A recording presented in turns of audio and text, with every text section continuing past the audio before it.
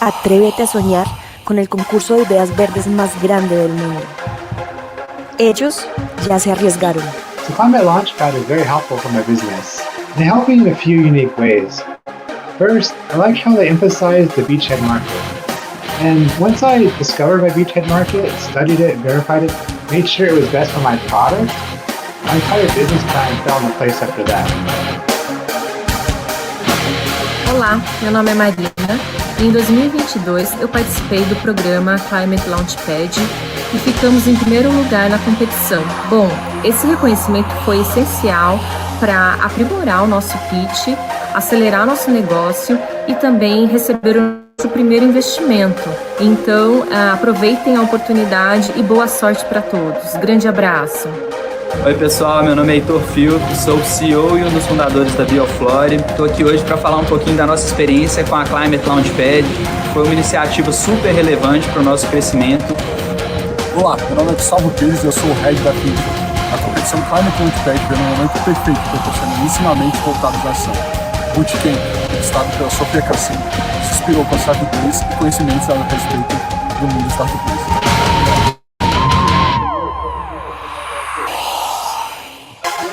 Hi, my name is Felix Santamaria. I just want to thank the whole Warm Argentina and ClimateLaunchpad team in representation of Power Cup, our project and startup. We've learned a lot and we are really excited to keep on learning and acquiring tools for the development of our startup. So thanks a lot.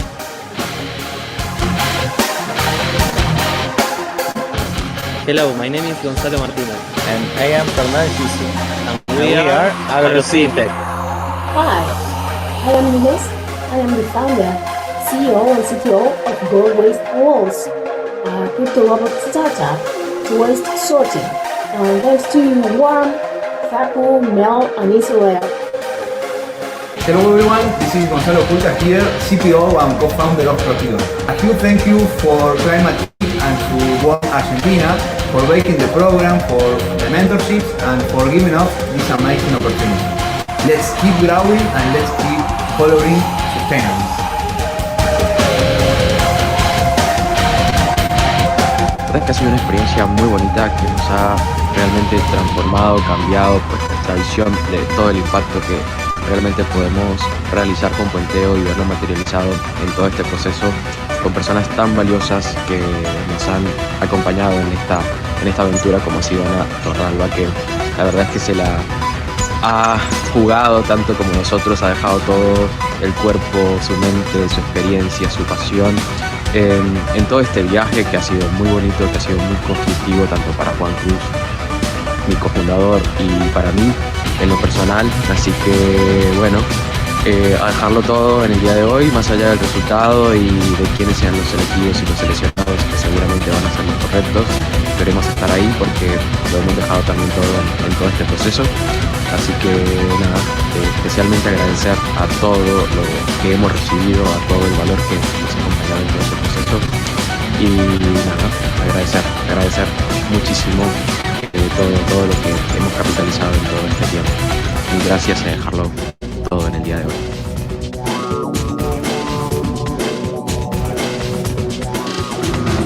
Hi, my name is Nat, and I am the co-founder of Tech. Participating in the ClimateLaunchpad Bootcamp was a game changer for our startup. It helped us to clarify our position and connect it more directly to the market. Not only ClimateLaunchpad prepared us to pitch more effective, but it helped us to think bigger. Comparto mi experiencia, que ha sido muy agradable, en especial por el acompañamiento personalizado de la mentora y también de los recursos disponibles que como emprendedores tenemos para afinar cada uno de los detalles de nuestra propuesta. Adicionalmente, las charlas semanales que se nos brindan nos permiten pulir los detalles necesarios para dar un pitch con una estructura ordenada y que pueda ser entendible para cualquier inversionista o cualquier persona interesada en el proyecto. Así que mi experiencia ha sido muy grata, pues cada sesión es información nueva que me permite afinar los detalles de mi propuesta. Muchas gracias. Olá, meu nome é Ariel Kozlovski, eu sou sócio fundador da Maricultura Regenerativa. Com relação ao ClimateLaunchpad em 2022, foi uma experiência muito enriquecedora para a gente.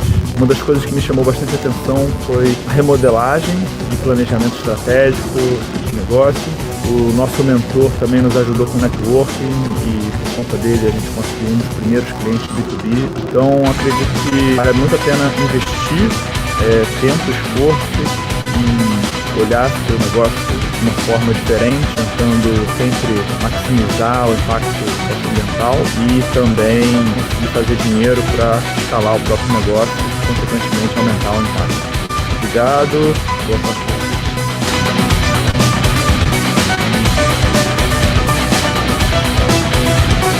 Hola, ¿qué tal? Mi nombre es Darwin Díaz, director ejecutivo de Calpa Gris. Estamos muy agradecidos de poder pertenecer al programa de ClimateLaunchpad. A continuación los dejaré con Walter Viera Soto, nuestro CTO, que hablará un poco más de nuestra experiencia dentro del programa. Muchas gracias. Hoy no solo tenemos un proyecto más sólido, sino también tenemos una visión mucho más clara de cómo poder escalar nuestro impacto. Entramos al programa con una sola idea clara, sin embargo con muchas interrogantes. Y el bootcamp fue clave para poder aterrizar nuestro modelo y entender el verdadero potencial climático de nuestra solución. Las mentorías nos ayudaron a poder refinar nuestro pitch, validar nuestro mercado y tomar decisiones estratégicas con confianza. Y esto ha sido una experiencia transformadora, gracias a ClimateLaunchpad por impulsarnos a soñar en grande y actuar por el planeta. Hola, ¿qué tal? Soy Oscar Castro, CEO y fundador de Toda. Y en ClimateLaunchpad hemos transformado una visión en una estrategia concreta. Gracias al programa hemos recibido un acompañamiento estratégico, así como mentorías, que nos han brindado mayor claridad, enfoque y una narrativa mucho más sólida para poder presentar nuestras ideas.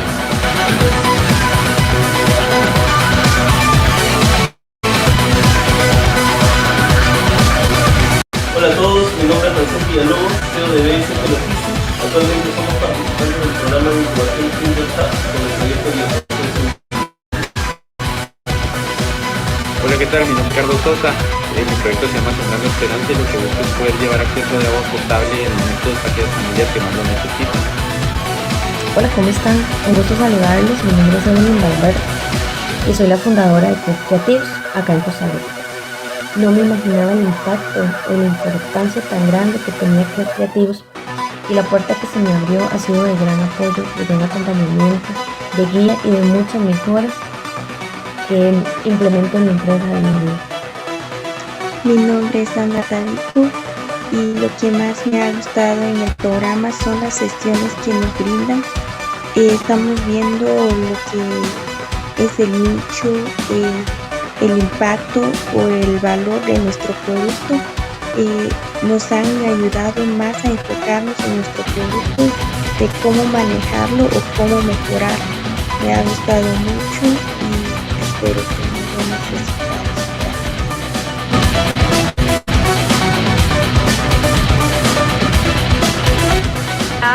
Soy Yesenia Caterin Percalife, soy del equipo Earth y definitivamente el programa ClimateLaunchpad 2025 ha sido una experiencia transformadora, resaltando las mentorías personalizadas que nos han guiado paso a paso a cómo también enfocarnos en nuestra solución y también a ver oportunidades donde no las habíamos considerado. Hola. Mi nombre es Anthony Torres Solano, estoy basado en Costa Rica y soy representante del emprendimiento Batsu. Gracias a ClimateLaunchpad 2025 hemos podido transformar lo que antes era solo un esbozo de una idea a realmente tener un plan de negocio que incluye la validación del segmento de mercado de nuestro propósito y además que ha integrado a nuevas personas a nuestro equipo.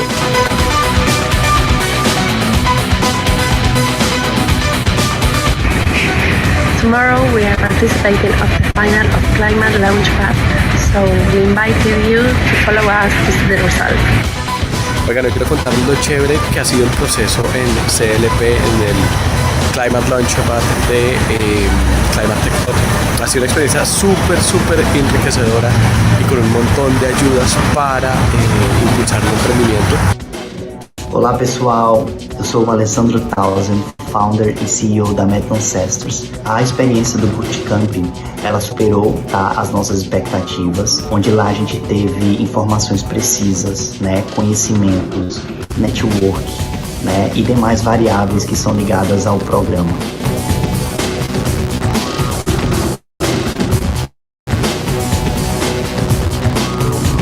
Hi everyone, this is Thales from Carbonova, and I just finished the ClimateLaunchpad Bootcamp here in Brazil. Well, the bootcamp was transformative. Sofia Cassimo guided us through how to turn climate ideas into scalable business and really pushed me to refine Carbonova's mission, which is using AI and data to help companies measure, reduce, and monetize their emissions. You know, this experience opened my eyes to new opportunities in the carbon market and the global potential of Brazilian climate tech.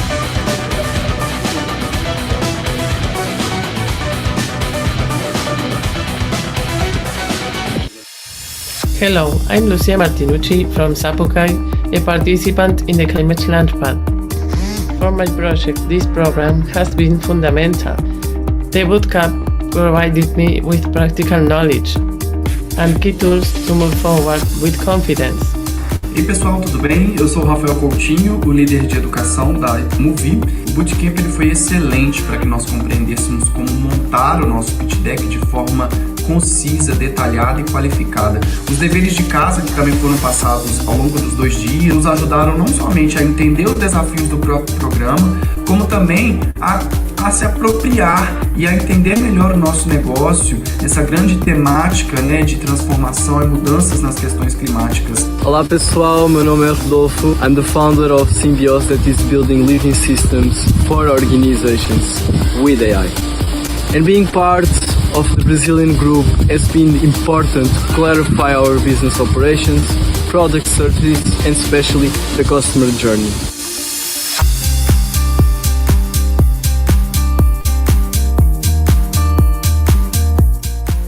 Hola, soy Laura, de Bosques Urbanos. Cuando me enteré de la convocatoria de ClimateLaunchpad, aproveché el minicurso que ofrecían para presentar ideas y haciendo ese minicurso me di cuenta de que no tenía una idea, sino muchas. Terminé presentando 7 ideas al concurso, guiada por ese minicurso que estuvo muy interesante, en particular lo que es la segmentación de clientes. Gracias por la oportunidad. Muchas ideas para cambiar el planeta, con algo en común. ClimateLaunchpad. ClimateLaunchpad. ClimateLaunchpad. ClimateLaunchpad. ClimateLaunchpad. ClimateLaunchpad. ClimateLaunchpad. ClimateLaunchpad. ClimateLaunchpad. ClimateLaunchpad. ClimateLaunchpad. ClimateLaunchpad. ClimateLaunchpad.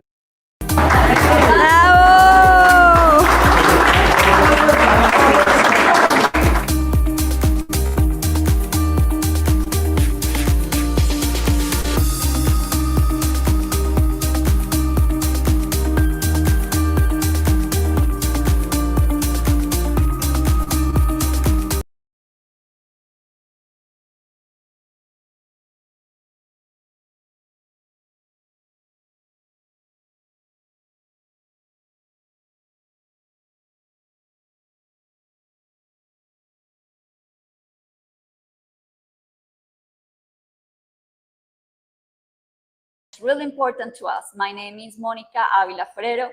I am the program director of CleanTech Hub, and we are here coordinating this important event in this continent with the participation of more than 7 countries live. So ClimateLaunchpad is the world's largest green competition, and our mission is simple and bold: unlock the world's clean tech potential to tackle climate change. The idea of being working here more than 11 years is to have a pipeline or early stage startups that is going to help us mitigate and work in adaptation and mitigation of climate change. Today and tomorrow, we are going to have 21 entrepreneurs teams from 7 countries around the whole American continent. And they are bringing here new ideas of how to expand mitigation, adaptation, and resilience from a concept to an idea, and also to MVPs from the first steps on the market. So important thing here, we're talking about innovation. We're talking here about the work that all these founders have been doing through this experience as looking for their market fit. That is the most important work that they have been done. So before we begin, heartfelt thanks to our sponsors and partners, and we want to recognize the national lead behind each country delegation. So here we have the teams that have been working in different countries with different organizations, such as Impact Hub from Brazil, Clean Leap from United States, Cleantech Hub from Colombia, Peru, and Central America, Warm Argentina from Argentina, and I think that I have it right. No, and El Tec de Monterrey, Mexico. Those are the important organizations that had been working since May or June of this year with all these teams, looking forward to have this new pipeline of early stage climate solution startups. So also a big thanks to Holland House that they are giving us their space and they welcome here to have this live broadcasting in this special space with all the mountains in our city, Bogota. So thank you very much. Also, we are broadcasting live across the channels of Cleantech Hub and Cámara Verde. So you are going to find us in YouTube, in LinkedIn and Instagram from Cleantech Hub and Cámara Verde. We are broadcasting live across 7 countries, and we are going to have not just the founders of these startups around this country, but also 5 speakers from different regions across all the America. Also, of course, we are going to have behind the scenes all the representatives, all the organizations, the national leads that made this possible in every country. Also, we are proudly co-hosted this event with Cámara Verde Latam, and they're closing tomorrow this event with the highlights of the 7th International Forum on Biodiversity and Circular Economy. So thank you very much, Mauricio and all his team, to be able to co-host this special event. A regard about the forum convenes experts, companies, academia, government to advance solutions in this intersection between biodiversity, circular economy, and they talk a lot about policies, about entrepreneurship, about the involvement of the academia, and a lot of interesting topics during the last week. That's why tomorrow at the end of our agenda, we are going to have the participation of Mauricio Cárdenas and Lina Bautista that they are going to share with us the highlights of this important event that is going to have the special ending with us tomorrow in the closing also of this ClimateLaunchpad America final. And also we are going to have tomorrow the announcement of the winners, of the special winners that we are going to know who are going to be the two teams that are going to be in the grand finale, the grand global finale of ClimateLaunchpad at the end of October in Vienna, Austria. So please be connected here. So what is going to be the plan from today? So are we seeing, girls, niñas, the presentation? So here we are going to, please a little bit of patience. We're going to have those kind of things that happen live. So you should be now seeing here, not me, but the presentation. So we are going to have a welcome and opening words from ClimateLaunchpad and of course Cámara Verde. And then we are going to start with our pitch blocks themes. We are going to have today the food system and blue economy and resilient and urban solutions and mobility block. Tomorrow, the whole day, we are going to be talking about circular economy. And of course, tomorrow, we are going to have the winners announcements. So to open our ceremony, please. So we are ready to give the welcome to David Watt. And David Watt is our program director of ClimateLaunchpad. And David has spent over 11 years leading projects across corporations, startups, and universities. And his missions have been align programs' goals with a strategy to deliver measurable social and environmental impact. So David, let's confirm if David is online. And good morning for us and good afternoon for you. David is sharing this broadcast live from Europe. So David, how are you? Good morning, good afternoon. Thank you. The floor Thanks, is yours. Monica.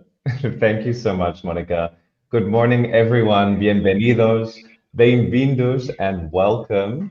It fills me with great joy to welcome you all to this Climate Launchpad, America's regional final for 2025. For those of you who do not know me, my name is David Watt, and I am the Program Director for Climate Launchpad Worldwide. Today, we are coming to you, of course, thanks to our fantastic partnerships with Irish Aid and Bank of America. I want to give a quick thank you, of course, to our regional hosts, Cleantech Hub Colombia, and of course, Holland House, who are hosting our live broadcast today. And of course, the Cámara Verde Latam for hosting us as part of their Biodiversity and Circularity Forum. This year, Climate Launchpad in the Americas region has been really special. Thanks to our partnership with Bank of America, we were able to expand and include even more countries in the Climate Launchpad family, expanding to Argentina, Brazil, Mexico, and Peru. Alongside this, our long-standing collaboration with Cleantech Hub and Climate Kick continues to thrive. And together we've been able to also bring the program to Costa Rica, El Salvador, Guatemala, Colombia, and Peru. And of course, the program has continued for the second year in a row in the United States with our partners at Clean Leap. And we already have some plans underway to welcome a couple of new countries across the Americas into the Climate Launchpad family in 2026. All of these partnerships, and they say it takes a village, but it really results in a world-leading ecosystem for climate innovation. I cannot emphasize this enough, that across the Americas region, across all of the participating countries, we received a huge amount of submissions of green business ideas this year, with over 656 brilliant ideas with climate potential and potential to build a better future for all. Today, what you'll be able to see is some of the very best of those ideas coming to life through our trademark pitching events. Our finalists have worked really, really hard over the past couple of months with coaches and our national leads, so our local partners, to refine those pitches, and they're ready to inspire us all as they pitch it out on the road to Vienna. One of the greatest strengths of the Americas region is its diversity, not only of cultures, of languages, but also of ecosystems, of perspectives. So from San Francisco to the Amazon, this diversity really sparks a level of creativity and resilience that is uniquely part of the Americas. It brings together different ways of thinking and different ways of problem solving, which is exactly what we need to tackle the complex challenges of climate change. From here, the top 2 winners of this Americas regional final will continue to our global Grand Final event, as Monica mentioned, that will take place in Vienna, Austria on the 24th of October. There, they will have the opportunity to showcase their ideas on the truly global stage among innovators from more than 40 countries worldwide. To help them shine, we'll also be providing some additional pitch practice and training to make sure that everyone from the Americas region is ready to impress. But beyond the competition itself, today is also about community and building that regional collaboration. Climate Launchpad is more than just a contest. It's about bringing together entrepreneurs, partners, and supporters, all of us who believe in the power of business done differently to drive climate solutions. The Americas region has for a long time been a source of bold ideas, creative energy, entrepreneurial spirit, resourcefulness, and today we all get to celebrate that together. So as I close off this welcome message, I want to say thank you to everybody joining us in the audience. I hope you enjoy observing the day. To all of our partners and new partners and old partners around the world, thank you so much. To our jury, thank you for being part of this project and this journey with us. And to our entrepreneurs, thank you for daring to dream and daring to act. To all the startups pitching today, try to breathe, try to enjoy this moment. It is an incredible achievement to make it this far and a great recognition of all of your hard work. Whatever the outcome is over the next 2 days, we know that this is just the beginning. So let's get started and celebrate the incredible climate innovation that has come out of the Americas region this year. And thank you, Monica. I hand back to you. Thank you, David, very much. Thank you. And actually, we are here quite nervous because this is the first time that we have so regional ClimateLaunchpad here in America. As I mentioned, as David just mentioned, we have 7 countries. We have 21 founders that is going to be presenting their pitch, and they are going to be having the Q&A with the juries in a couple of minutes. So meanwhile, during the whole event and the whole broadcasting, we will be thanking all the sponsors that have been made this possible around every country, all these countries, especially ClimateLaunchpad, that have the vision to create this contest 11 years ago, of course, under the umbrella of Climate Kick. And then a lot of support across the corporate sphere as Bank of America and also Irish Aid from the multilateral sphere. So we're thanking a lot, all of them, to trust in this contest, and of course, the people that have been working in each of those countries making this possible, because without them, we will not be here. And now I want to open the mic to Mauricio Cárdenas, because Cámara Verde Latam is with us co-hosting this special event. As I just mentioned, last week they had an amazing event, the Forum of Biodiversity and Circular Economy, and we are going to be ending this special week that Cámara Verde organized during this long agenda that they have, with the announcement of the CLP winners tomorrow. So we are going to give the welcome to Mauricio. Hello, Mauricio, where are you right now? You're in Mexico, or in which part of Americas are you today? Welcome. Hi, Monica. Thanks for inviting me. I am in Mexico City, and I salute everyone who is on the audience, and particularly the 21 startup founders who will be presenting momentarily. I'm proud not only to be here, but to have contributed from the get-go back in 2018 to the start of the ClimateLaunchpad process, which we feel as we are brothers and sisters, and we've learned a lot from the different ways that ClimateLaunchpad has offered the startup ecosystem in the Americas and obviously in the world. And we share the same values as you do. And I just want to highlight, for the benefit of the audience understanding why we are greeting them at this point, that we at Cámara Verde, which we translate into Green Chamber, are in the business of connecting, strengthening, and partnering with businesses, governments, communities, research centers, universities, and the like, as we build a path towards regeneration. The climate action struggle is something that we dearly abide by, but that's not our limit.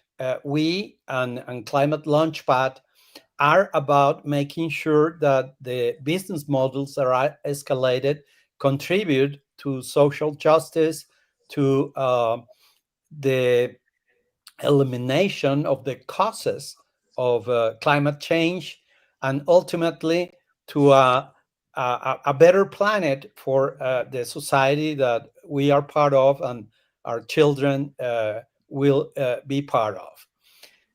So everything that you will be exposed to from now and that you have already been exposed to, the connections that you've achieved, the mentoring that you've gotten. I myself and other 6 or 7 of my colleagues at Cámara Verde, the LATAM Green Chamber, have been mentors, are here for a purpose, and that's increasing the green footprint of your country's economies and the planet's economies. And we will achieve our goals when you grow, and we are here for you. Thank you so much. Thank you, Mauricio, and you just share an amazing words that we are here for you. And that's, I think that all the ecosystem message for all the founders that are out there, but also the people that want to be a founder, that want to get into this world of entrepreneurship with impact. There's the Cámara Verde or the Green Chamber at a whole ecosystem and a sphere of support for this process of entrepreneurship. As we saw from Argentina, we have Warm Argentina, until the United States that we have Clean Leap, in Colombia, Clean Tech Hub, in Mexico, the Tech of Monterrey, in Peru, Universidad del Pacífico, and the list will be like infinite if I keep mentioning all the organizations that are willing and that have special programs online to support these persons that are willing to go in this road of impact, of entrepreneurship with impact, and show, as David mentioned too, that new generation of businessmen and businesswomen that are showing that we are capable to impulse the progress based on the triple impact line. So we are able to create economical value, natural value, and social value. So now let's move on. We are going to talk,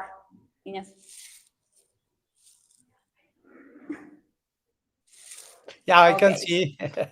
I can see the short talk that Lina Bautista, the director of Cámara Verde Colombia, and myself will have tomorrow. Tomorrow, perfect, Mauricio. So thank you very much, and please invite all your community to share this special celebration with us during today and tomorrow. Thank you for your opening words, and we will see you during this time and tomorrow. Absolutely, I will be here.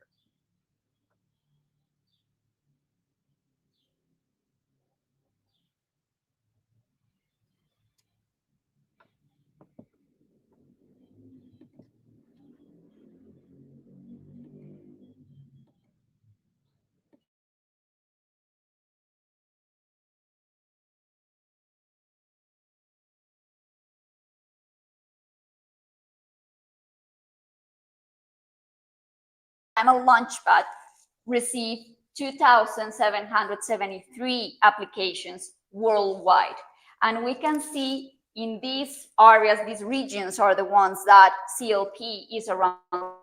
So what we're seeing here is that the Americas have a really important second place. So we received 656 applications. From those, we had 116 teams that were in our boot camps, in our intensive boot camps. So we are really happy to be able to impact the region in this way. And of course, and as I mentioned before, these achievements are thanks to the support of Climate Kick, Irish Aid, and Bank of America, that they are actually supporting all the regions and all the spectrum, all the big mission that ClimateLaunchpad have around the world, that we really want to go further, to have that big pipeline of startups with impact. And I want also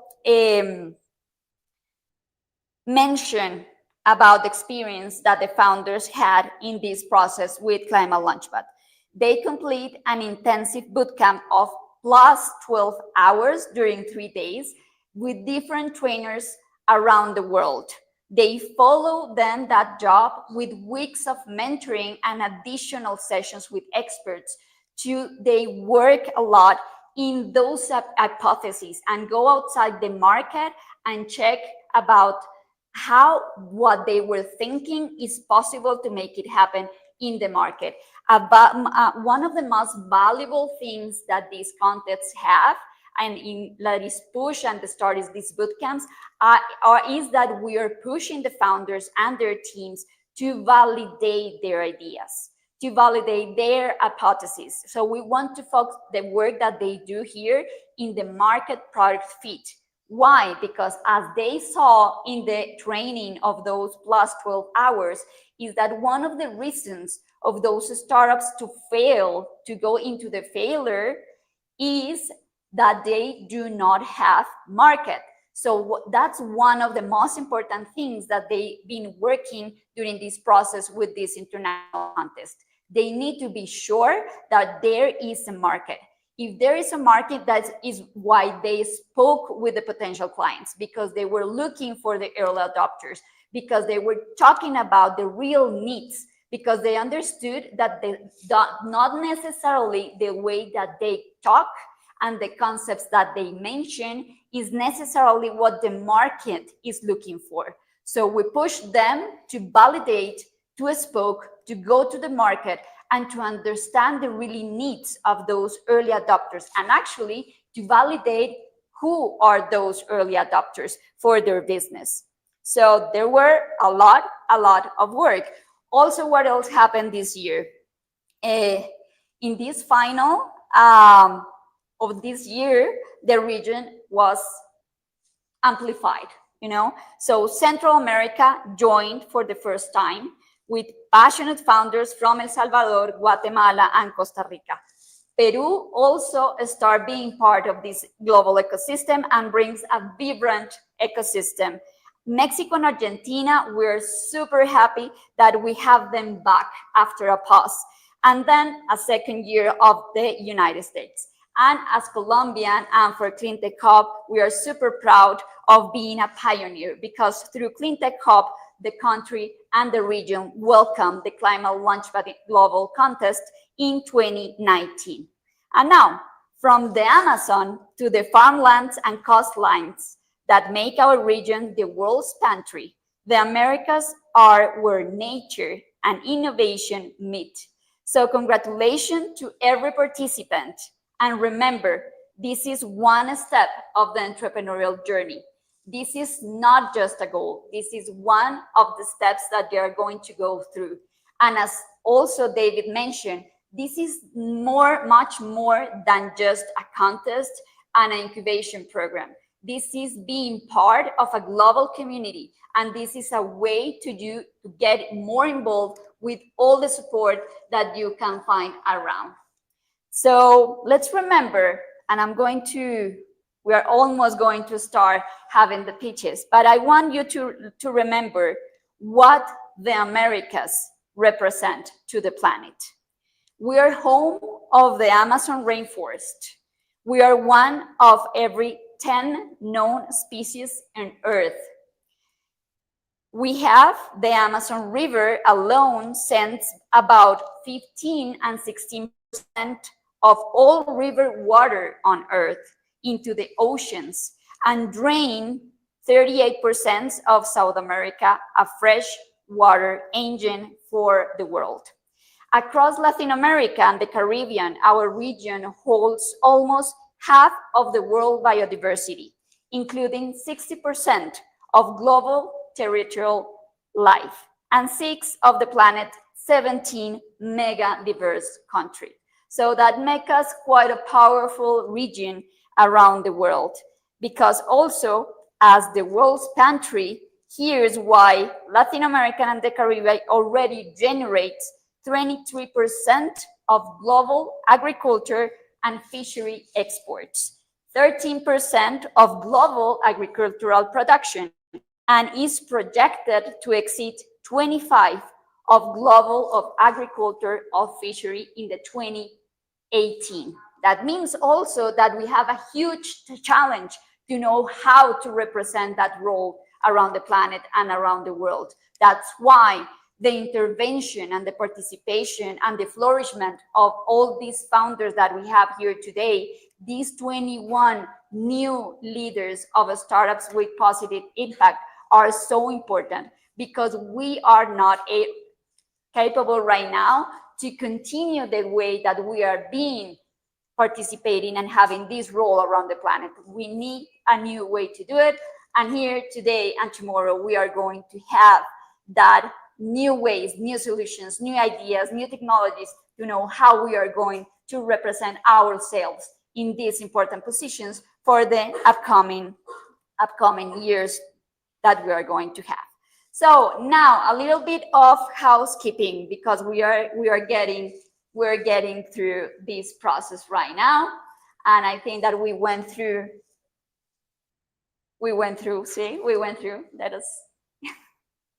Okay, so today's setup, Lini, another one. How is going to work today? So all the startups are going to pitch the I don't know why here is 10 minutes. I'm sorry, that's wrong, it's 5 minutes. So everyone is going to present their pre-recording pitch that 5 minutes. And then they are going to have another 4 or 5 minutes to receive the Q&A from the juries, right? So we're going to have special juries today. They already have the scorecard, and they are going to follow, next, and they are going to follow 6 important criteria that we are, los criterios vienen anterior. The 6 most important criteria that we have in this context. So the first one is the commercial or market potential. As I mentioned, one of the things that they work most during this process was the market fit, to be totally sure that their product, their idea, have an opportunity in the market of their country, of course, around their region, or globally. But the first step was to find their niche, their beachhead market, to be able to demonstrate what are the opportunities to expansion and the big impact that they have.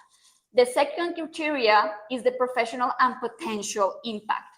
Then we talk about the innovation and the technology that is on these ideas, these business ideas. Also, the juries are going to evaluate the potential of the climate impact, the team potential, and this is important. We understand that right now, some of the founders are solopreneurs, but they need to look how to strengthen their team and how to find the right people to escalate their business. But also there's already an amazing teams that are pushing these ideas. So that's something also that the jurors are going to evaluate and have in mind. And after that, they are going to have this general quality evaluation. I'm sorry. Next.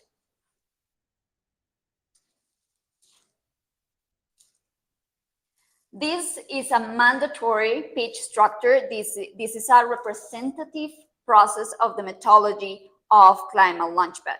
And since day one, all the trainers around the world explained to the founders and their teams that this was the structure that we're going to work through the bootcamp, through the training, and also to be supporting during the mentorship that they had.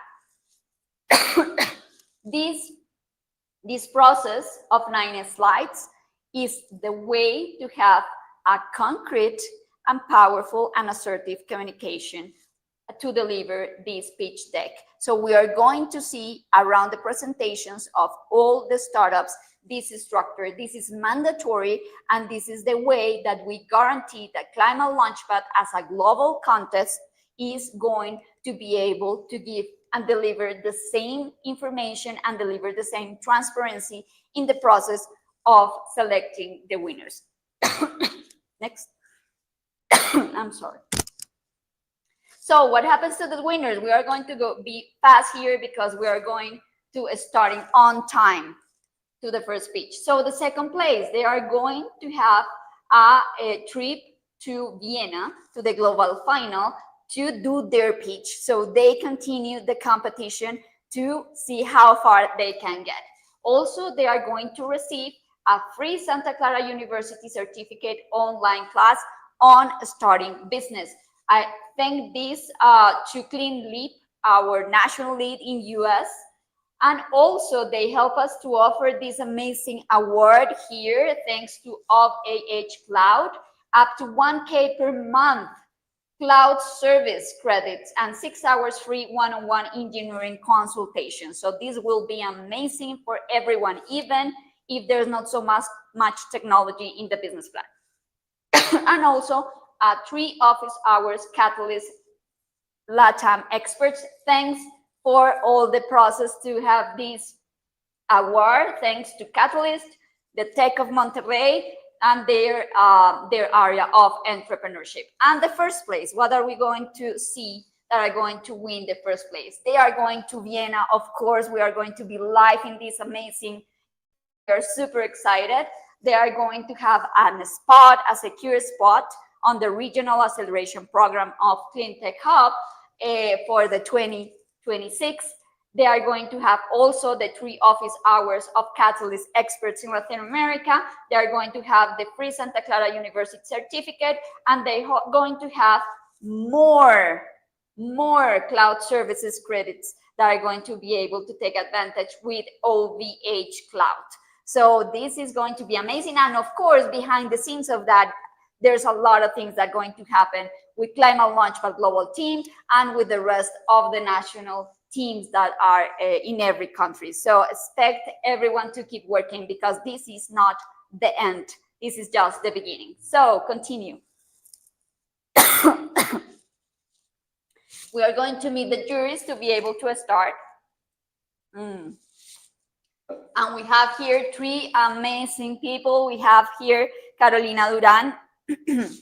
Carolina Duran is a co-founder of Beyond Ventures and is program director of Latin America Building Markets. We have Carolina has been involved with the Latin America ecosystem for almost a decade. So for sure, she have an amazing eye to see innovation, impact, and to give us a lot of amazing and impactful feedback.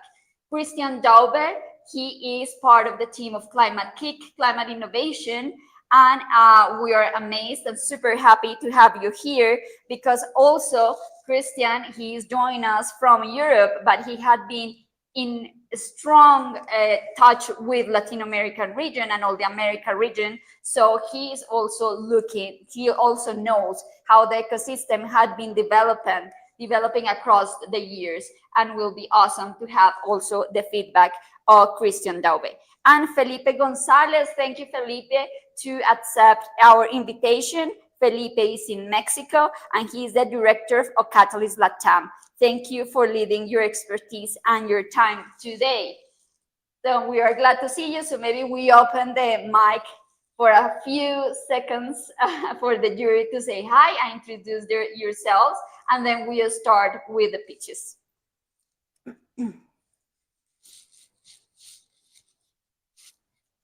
Felipe, Chris, okay. Muy buenos días a todos, y tengo mucha curiosidad de ver y escuchar a todos estos pitches, y quiero hacer preguntas muy críticas a los emprendedores, porque creo que este final del ClimateLaunchpad de las Américas creo que muestra el potencial y el talento de emprendedores en el mundo de innovación climática, que están en etapa temprana, pero que tienen mucho potencial en adelante. Entonces, mucha curiosidad y mucha suerte hoy y mañana. Thank you, Chris, to be here with us. And Felipe, welcome. Thank you so much for the invitation. I'm very happy to be here. Excited to see the pitches, and I wish you the best. I wish you a lot of success in your pitches, and I'll also be following up with some interesting questions. So welcome. Well, thank you very much. I don't know if we have got Carolina online. Okay, let's check, please, check with her, because the idea is to have you 3 here. So you jurors are ready with your scorecard and everything, right? Because the scorecard is really important, because this is a real-time tool that we work with. So I know that we don't want to give you much time to think about it. So the idea is that even while you hear the pitch or during the Q&A with another juries, you are able to respond to this evaluation process. And for us, it's going to be easy to seeing how we are going to start having all the evaluation process and data to have tomorrow identify the winners of this regional that we are super excited to have. So we are going with the first group of pitching, that is food system, food and agriculture. So we are going to start with Sierra. Yeah, this is the startups that we're going to have today. And we have here Jose Enrique, that he's ready to present, to hear his pre-recording pitch. And then Jose Enrique, that you are in the virtual Esfera. So after you hear your pre-recording pitch, you have your microphone open to respond to the Q&As of the jury. So welcome. And now this is the thing that's why we are here. We are starting with this pitching process to identify who will be the winner of this ClimateLaunchpad Américas finale. So welcome.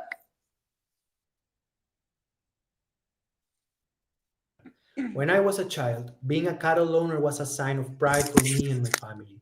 Today, it hurts to see our industry blamed for 14% of global greenhouse gas emissions. This is 3 times more than aviation, but we lose sight that these gases could be eliminated with sustainable practices, such as giving feed supplements to the cows, and the opportunity that 1/3 of habitable land in the world is used for cattle. With regenerative grazing practices, this land could act as a massive carbon sink. The problem? These practices are very hard to implement for ranchers. They need traceability, and with declining profitability, it's getting harder to work the land. But with Sierra, ranchers get a monthly subscription, AI-powered software for ranch management and advisory to implement these practices immediately through a WhatsApp conversation for only 50 cents per animal per month. Mexico alone has 36.5 million animals, and from 1.1 million ranchers, we target 180,000 who manage altogether 9 million animals. We use in our ranches some type of technology and manage at least 50 animals, 100 hectares, and 5 employees, because here's where management gets complicated. I know, because I am one of these ranchers, and when I took over our family ranch, it was impossible to manage it remotely. Worse, without being more profitable, I could lose our family legacy. That's why I digitalized the ranch. I give full traceability, and in less than an hour, we implement a custom regenerative grazing plan using AI. And being more sustainable, we also reduce 25% of water use, 20% of feed cost, increment 35% of land capacity, 10% of meat margin. These projects into 1.5 to 2 times annual profit increase. And the best part, we didn't have to change anything in our operation. Gerardo, our 56-year-old worker who didn't even finish elementary school, is able to do his job without learning a new software or use Excel. He just grabs his phone and starts a conversation in WhatsApp with Tabo, or AI assistant, and Tabo guides him. He asks questions such as, what is the number in the ear tag of the cow? What is the weight, the paddock, the grass type?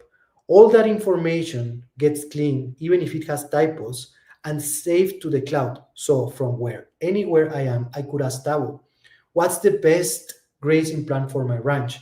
And Tabo processes pre-stored documentation with best grazing practices and calculates animal consumption based on animal weight, pasture types, and local weather forecast to return in a simple message how and when I should rotate my. We started being a marketplace. Today we are more than 400 ranchers. From those, 80 are in the waitlist for using Tabo. 25, we had conversations with them and visited 5 ranches with the best practices. And even them, their Excels are outdated because of the input of the data.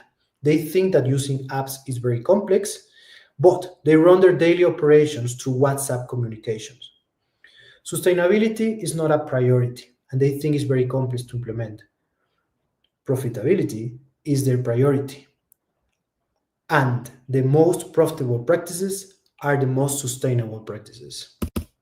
We aim for 20% of our beachhead market by 2030. This represents 8.29 million profit per year in a monthly recurring revenue business model. Feed supplements prevent up to 98% of cow enteric methane emissions from reaching the atmosphere. This is 0.36 tons of CO2 equivalent per cow per year. Regenerative grazing restores soils and acts as a carbon sink. This removes up to 1.6 tons of CO2 equivalent per hectare per year.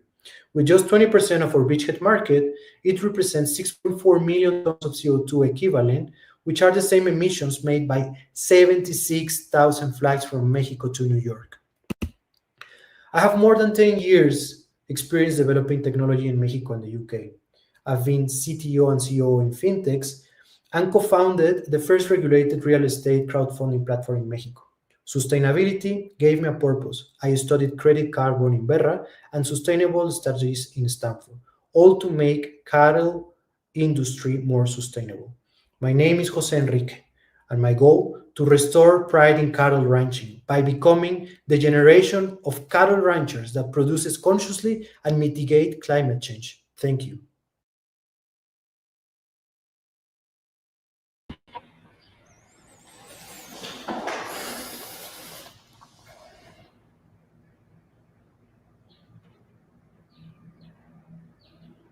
Can I jump in? Can we start asking questions now? Go for it, Felipe, yes. Thank you, Jose. That's an awesome Batman t-shirt. Thank you, Felipe. My question is on the traceability of the recommendations that you give to the ranchers. So how do you make sure that they are implementing what you recommend, and how does the profitability increase gets reflected somewhere where you can actually track that they are following your recommendations? Okay, thank you very much. I'm going to split the question in two. So first of all, the traceability of ranch management is what they already do by notebook or Excel. So we just empower what they do, and we help them reducing typos and keep it sync. And then we have modules that make more accurate support and advice on how to track, for example, in sustainable practices. So we align to Berra frameworks, or for example, they have two frameworks, one for grazing. The soil is alive, and just like us, needs a living microbiome with thousands of microorganisms just to flourish. Just something. And also for the feeding supplements, we need to merge the two traceabilities. They merge the traceability on the ranches and also the traceability of the whole value chain and the traceability on the values that comes from the Berra framework. Thank you. I have a question as well, Jose Enrique, and thanks for the great pitch. I'm curious about, on the one hand side, your competitors and alternatives on the market, but also what kind of risks do you foresee in the future? Yeah, okay. Competition, I mean, we know that technology is replicable all the time, but our market expertise comes from, I'm a third generation farmer. I think my grandpa, my dad, all my friends are cattle farmers mostly. So we understand the market, that the development comes from somebody who knows how the market works. And we know for sure that this market is not like a risk taker by heart, let's say, but it's not something that they initially do. But we know that once we get there to the market and earn trust, we have a chance to scale very big. And also this comes to the risks. The risk is to be very aware the stage of our development, the stage of the traction, the state of our market, the cohorts we build, and the metrics we have to monitor, being patient when we need to be patient, and push very hard when we need to push very hard. So these are the risks, not surviving that process. Okay, thank you. Hello, Jose Enrique. Good morning. My name is Maria Carolina Duran. I'm the director for building markets for LATAM. I really like your pitch. I wanted to ask you a little bit more about accessing market. So you want to sell and implement this technology. I know who your off-takers are, but who are your clients? And within that, is this scalable to other types of sectors and markets? Are we able, do you think, would you be able to work with local organizations and governments, not directly a client itself, but a group of clients that might be organized somehow in a cooperative way? Please expand on that. Thank you. Thank you very much. Yes, our initial market is small and medium farmers because these are the ones who manage most of the land in cattle farming, and 56% in Mexico territory is used for cattle ranching. So we need to get this software to the small and medium farmers. And also, while looking for these partnerships, these big companies, the thing that they tell us is that they know how to get to the big ranchers, but they don't know how to get to the small and medium ranchers. So this is where we make this technology accessible for everybody that doesn't feel like technology because it's using by WhatsApp. They already use it. So we are this bridge between big corporations making alliances to get to this market that they are not able to get while using technology that is very accessible. So also the technology is built modular and could be used in any other input and output, even in an app, and it could expand to different markets. Depending with the partnership, this could be a very good opportunity where the partners are, we could help them with the technology and solve strategically pains in all together. Thank you very much. Okay, Jose, thank you very much for your pitch. Thank you for being here live, responding this Q&A. Thank you, Felipe, Christian, and Carolina for having these questions for this first participant. So we are moving forward. This is, I know that all of us want to keep talking with entrepreneurs, but this is the dynamic of this event. So we are going with our second founder. We are going to talk with BioLife. Mark should be going into the stage. So Mark of BioLife, Peru. It's called modern agriculture, and it kills most of these microorganisms off due to the toxicity. The soil is alive, and just like us, needs a living microbiome with thousands of microorganisms just to flourish. But there is a problem. It's called modern agriculture, and it kills most of these microorganisms off due to the toxicity and the chemicals used. Hi, my name is Mark van Eenam, and I'm the founder of BioLife. We offer a solution. Biomax is microorganisms easily mixable with dried fertilizers. 1 kilo of biomax for every 1,000 kilos of fertilizer, and that at a very competitive price. Together, these two form the ideal vehicle to carry the microorganisms back into the soil. Together with our beachhead client, we defined a new paradigm, living fertilizers. We went for this market because it is stable and has established sales and distribution network. Just the Peruvian market is already over $100 million, the Latin American $5 billion, and research shows that the global market is expected to grow to $80 billion by 2030. Now, the Peruvian government did an initial study in 1996 and discovered that 8 of the 12 million hectares were already severely eroded. Now, eroded and degraded soils are not fertile anymore and don't buy much fertilizer either, but still generate massive amounts of emissions. So selling live fertilizers help regenerating these soils and reduce toxicity. Here one can appreciate the enormous added value for the SDG 1, 8, and 15. The International Plant Nutrition Institute published that living soils can store 13 tons of carbon per hectare for every 1% of organic matter. This equates to 60 tons of CO2 equivalent, and this can run up to 300. We had to register Biomax as a biostimulant. The reason is that it's so new that it doesn't have its own classification yet. The production of our biotechnology is already CO2 neutral and is easily scalable. Our biggest advantages are that our solution can be mixed with fertilizers and applied in 1 hectare in reality to unlimited amounts of hectares. We also already proved in trials before that we can reduce 50% of the used fertilizers while maintaining the production. Now, our potential clients, they told us about their problems converting fertilizers into actual crops. Also, their everlasting problems with plagues and the occasional lack of fruit set due to climate change. Also, they need 30 pesticides and fungicides to prevent the loss of their crop. With BioLife, they simply wouldn't have these problems. BioLife has already established sales and traction in Peru. In the rainforest with Macambo and cacao, and at the coast, we signed a 5-year sales and purchase contract for the minimum amount of $100,000 in the period of 25-26 and going to $300,000 in the 26-27 season. In October, we will start a trial with our beachhead client, 14 hectares of citrus. Now, we also had meetings with Biomarket, which represents 41 cooperatives that has thousands and thousands of agriculture growers and 15,000 technical people. Additionally, we have a free educational program where we can raise awareness and educate these people to farm in a healthier way.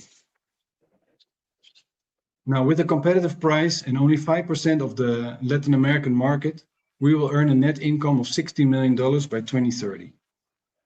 Our climate impact is huge. According to the IPCC and the FAO, the global agricultural accounts for 20% of total greenhouse gases.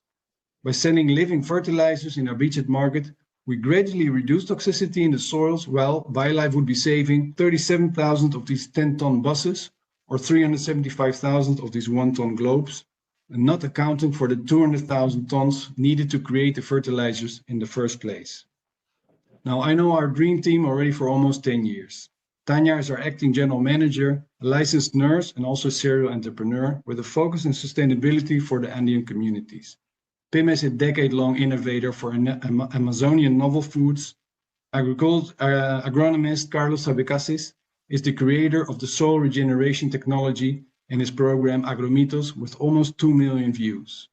And me, Mark van Eenam, economist and biologist, ex-organic grower. Our team already gives back life to the soil. And by 2030, we are restoring 3 million hectares more in Latin America. So if you like to live on this earth, maybe you want to join us in our noble cause, reviving the soil, we can save the world. Thank you. Thank you, Mark. I have a first clarifying question because you speak about erosion in the deck, but how is this product going to combat erosion in particular? Because it seems like this product is for existing crops, no? So no, I didn't. No ocean. Well, I didn't mention the ocean. No, erosion. Oh, erosion. Yeah. Well, this is a live microorganisms. So when you have put the biodiversity back in the soil, it can retain water, it can create pores, it can fix nitrogen. So the erosion is due to the lack of soil consistency and soil biodiversity. And that's exactly what we put back. So when you put back the biodiversity, all the bacteria are able to convert again the minerals in uptake for plants and roots, and then you prevent erosion, or you can not only reduce the erosion but bring it back to life, increasing the organic matter into the soil. Okay, and just a quick one. When you say that you mix your product with existing fertilizers, do you do that at the source, or do you do that during the use of the fertilizer at the farm? No, that's during the source. So the main idea of the switch to mixing directly with dried fertilizers is when the fertilizer, ideally it's already in, let's say, Dubai or Russia or China, where the urea is made, to mix it there. But normally when the product comes into the country and before it gets distributed, it should be mixed. It is lifelong, it will not degrade. So then they can send it out, and then they can save on distribution, on transport. So the ideal form would be when it hits the local market, immediately, also the clients would want that. The beachhead clients would immediately want to mix it there to reduce their CO2, let's say their footprint, but also to reduce their cost, distribution cost. Thank you. I have 2 questions as well. Thanks, Mark, for the pitch also. I'm curious about the competitors and alternatives, but also what do you need to accelerate kind of the growth, right? And it could be allies or resources, or what do you need there? Yeah. Yes. So competitors are very limited. I put the EM1, so there are a few companies that have microorganisms, but we managed to have between 100 and 300 different microorganisms. The key is that we don't want to sell it as we have 100, because the next one will try to have 101. So the big advantage of our advantage is it's actually, we're getting bombed, photobombed. I was photobombing the previous one. So the idea is that what we've seen is that we have consortiums of microorganisms. Just like all the people are present here, we all are looking to be the same goal. And I came from Holland, and now I live in Peru, and I've adapted. So people would say, yeah, if your microorganism is not local, then it won't adapt. And that's just simply not true. So the microorganisms will adapt to the pH in the soil, to the environment. And of the 300 that actually can work, maybe 80% will work. But that the soil, the life will decide for itself if the conditions are right. The other big advantages is that we can actually be mixed with other fertilizers. So it can be urea, but can also be with phosphates, and can be applied also liquid. So we don't have to be mixed, but we can be mixed. And then as it is already pre-mixed, let's say before, that means that the quantities that we pre-mix, that is how much can be applicable. Where normally EM is a live culture, you need to ferment it 1 or 2 weeks in your own farm. So you have a limited amount of hectares that you can apply it to, where it could have been applied in 1 million hectares, it wouldn't matter. Okay. Okay. Did I answer you both questions? Yeah, okay. Yes. Thanks. Thank you. Thank you, Mark and Caro. If you have a Yeah, question. hello. Yes, I don't know if we have the time though. I wanted to ask Mark the story behind the business. It's very important when you sell, that you sell from your heart, honestly. I want to know why you got into this, why you thought this was a good opportunity, more than the metrics you already showed us. Why do you want to pursue a life in real life? Well, thank you for the question. I always wanted to be a biologist, and in the university I wanted to study also medicine, and there was a lottery system, and I didn't win the lottery system there. So I first studied economics, and finishing my studies, I just went on a trip to South Africa on the motorcycle, and there I saw the oranges in the green trees and the lemons, and I said, this is what I want to do. I want to be outside in nature, and with the luck of how it should be, I managed to, with 0 funds, managed to get some help, and I bought my first farm in South Africa. And there I turned a conventional farm into an organic farm, because I didn't believe in chemicals, and I knew also today I'm helping people be healthy. So I knew the damage that chemicals do into in the fruits and vegetables. I didn't know about the soil back then. So I've been an organic farmer for 10 years, and I didn't have the tools that I can offer now being BioLife. So small farmer, he doesn't even have the knowledge to already make a difference by using the living fertilizers, already reducing the toxicity and bringing back the life to the soil without him being trained. Although we offer a training program, he can already improve his own situation, become more independent and sustainable, and putting back life into the soil will put back life into the final product, which at the end we eat. So being an ex-organic, a previous organic farmer, I didn't have those tools. Now everybody, organic or non-organic, could actually farm sustainable. And who wouldn't want to, who wouldn't want to live a lovely life like that, being in nature and seeing everything return to sustainable. Thank you so much for the 3 years, for your questions. Mark, thank you very much. And thank you because actually you make a point on the words that I was sharing with you at the beginning of this event, of the introduction of this event, is how we are going to do things in a different way. And your passion, your experience, and all what you are willing to do with, and the impact that you want to deliver is amazing. So congratulations, Mark and Juris. Thank We're you. getting ready for the next speech. So thank you, Mark, and we are giving the welcome to Nush, to Alexandra San Clemente. And Alexandra is from Colombia, and she's also have been involved in different programs with Universidad Externado. So welcome, Alexandra. We're also excited to see you here. And now we are going to see your pre-recorder pitch. So we are ready to see the pre-recorder pitch of Nush mindfulness. Colombia throws away $2.5 billion worth of fruit and vegetables every year, equivalent to 663 trucks of food wasted every single day. Where most just see waste, we found the bridge to a $2.3 billion healthy food market hungry for sustainable solutions. I am Alexandra San Clemente, health coach and passionate about nutrition. And this is Nush, the company that is transforming Latin America's biggest food waste crisis into wellness and profitability. This massive food waste is an environmental catastrophe, representing 10% of global greenhouse gas emissions.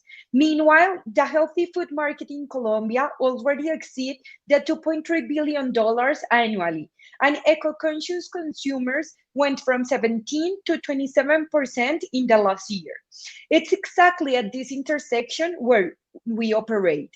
Nutrition solutions based on fruit, vegetables, and superfoods, designed to save you time while taking care of your health and the planet.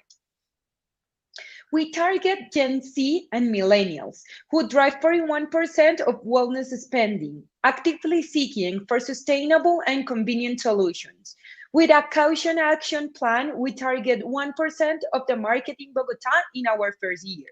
With national expansion with 20% growth in existing markets and 1.5 penetration in new markets. And a piloto in Santiago de Chile, Latin America's most mature healthy market, allowing us to exceed $1 million annually by year 5. A conservative projection, but we are positioned to significantly exceed this with our proven traction. Our value proposition is to rescue 60% of all the fruits and vegetables we use at their ripeness and transforming them into premium wellness solutions to save time, reduce waste, and deliver superior nutrition. Flash freezing them to put their nutrients into standby up to 12 months, while giving our customer back their most precious resource, time.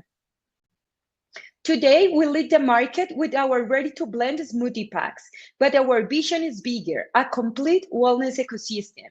Our membership model is our competitive advantage. We are building a community, providing them with education and support to build a healthier relationship with food and a more nourishing diet overall. Our customer age 23 to 45 years, peak productivity years, where wellness and energy equals performance. Through extensive pivoting, we have validated they want convenience without compromise, less sugar, more natural ingredients, and protein in a daily basis. The numbers prove our model works. 53% repurchase rate means more than half who try us become loyal customers. Our hybrid approach drives strong margins, 40% direct customer and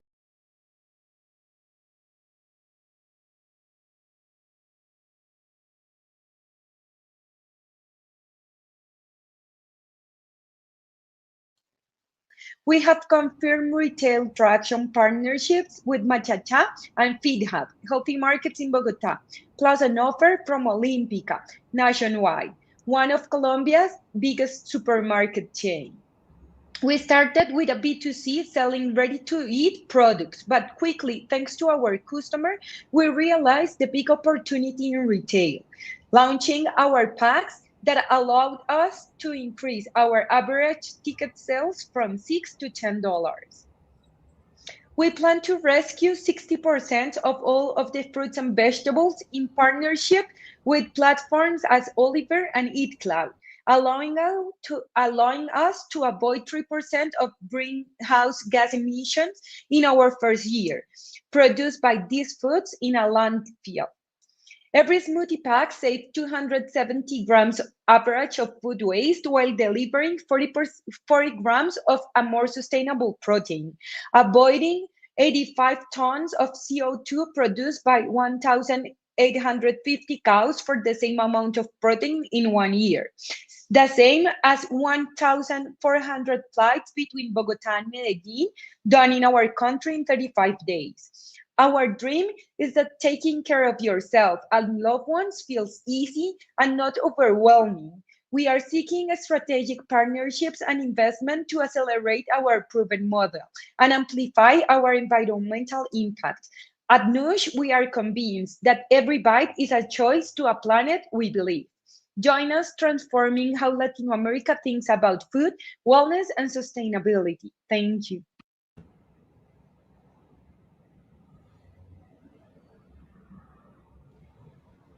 This time I will start. Go ahead. Go for it. Okay. Thanks, Alexandra, for the pitch. Also very, very useful.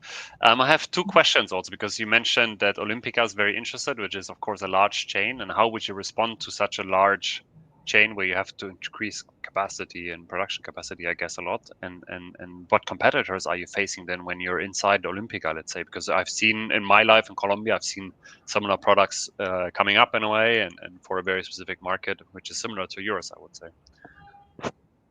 Okay, that's one of the things like we are trying to see, because we will have to have trucks with frozen trucks that we can like send our product to other cities in Colombia.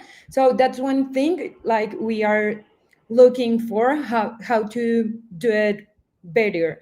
And the products we have seen in the market that are similar to us, it's this blended like powder, fruit powder. It's the most similar to what we have in the market. Also, we know that the texture that we give to our smoothies is completely different, because it's like an ice cream or a spoon, like you can eat with a spoon, and it's not like a juice as if it was a powder. I would continue here with another question, Alexandra. Thank you for your time. I'm a consumer of this type of food and goods daily. And obviously I like quality, I like price, and quality, by quality I mean flavor. But it's a very, very strong, very competitive market. And next to Christian's question, like going to Olympica is great, but do you have not only production capacity, but also cash flow capacity? Because the payments are normally made in Olympica and concrete over 180 days. And having said that, how are you going to be differentiated from the market, from all the other wonderful products, mindfulness products that we know exist? Yeah, okay. One of the things why we are looking for investment is because of that, because we know most of the markets pay in 180 days, maybe 60 days, but at least 60 days. So that's one of like a big thing for us. And how we differentiate about other products in the market, like we have strongly been trying to sell smoothies with nutritional value. It means really high in fiber. If it's in a powder, you can get the same in fiber as if it's like the real fruit. Also, we balance protein, fiber, no sugar added, and we use probiotics as well from coconut yogurt and from Greek yogurt. And also we are trying to put education as a big part of our brand. Alexandra, thank you so much. It looks delicious. I wanted to ask you, where do the fruits come from? And how do you ensure that the food contamination is not a problem? Okay. Like one of the things we are trying to do is to contact Eat Cloud and Oliver, that they are platforms that already save food. So becoming them like a provider for us, so we don't have to do this thing that they are already doing, that it's getting the fruit and making sure the fruit is from these sources. But how did we get to this? Because every time we went to the market, we were looking for the fruit that was mature enough. So because we don't use any sugar or any additional sugar, so we wanted the fruit that was really mature, but in a good way. And when these people start seeing the fruit get a bit mature, they have to put it apart, because one fruit that is mature, we will mature the rest of the fruit. So that was the fruit we were targeting. Thank you. Okay, thank you.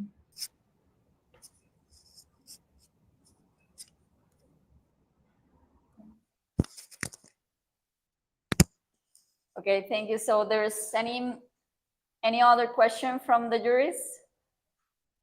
No? Well, thank you very much. And something that maybe, I don't know if the audience is questioning, why, if all of our juries speak Spanish, and of course, and Alexandra is from Colombia, we are doing this in English? Well, it's because we are regional competition and a global competition. That means that we are using the priority language that we share to be able to connect between others, and also because between the 7 countries that are participating in this regional is United States and Brazil. So that's why we are doing the regional in English. And I want to congratulate and say thank you for all the founders for making this effort also, because sometimes they don't feel so comfortable doing a pitch in a second language. So that's also that I want to mention and to highlight that it had been an extra effort for the founders to do this pitching in their second language. So Alexandra, thank you very much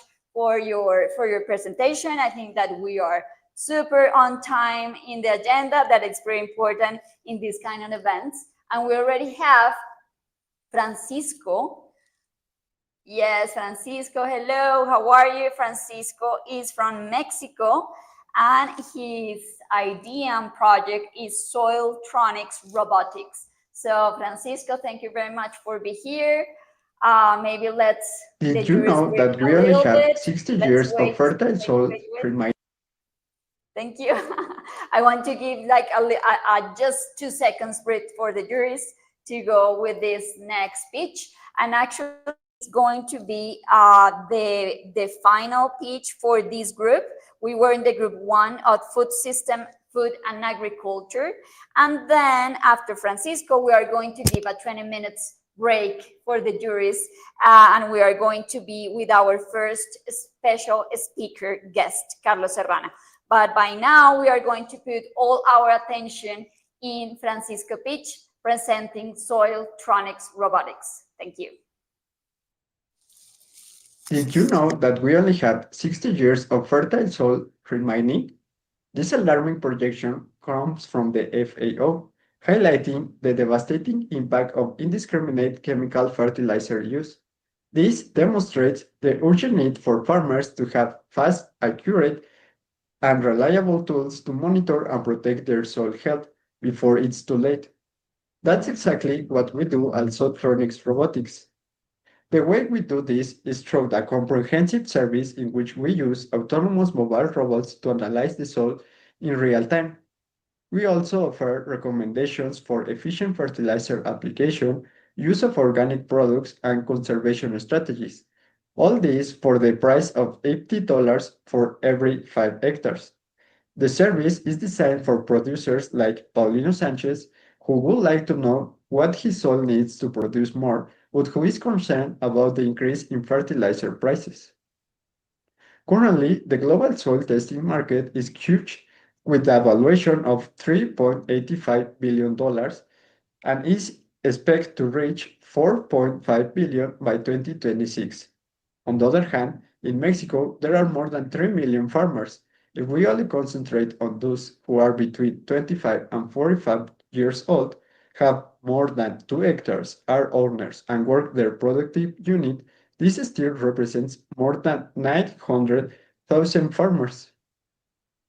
Our main value proposition is that with our recommendations, we can reduce fertilizer expenditure up to $50 per hectare. In addition, our results are delivered in minutes, not days, compared to traditional labs, and we do not use any type of chemical reagents.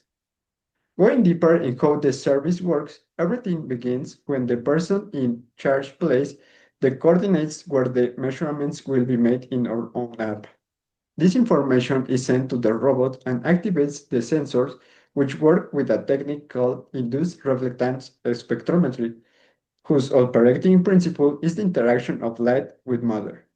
Then the information is sent to the app, and with the help of artificial intelligence, a report is generated with personalized recommendations, easy to understand and ready to be sent by WhatsApp or email.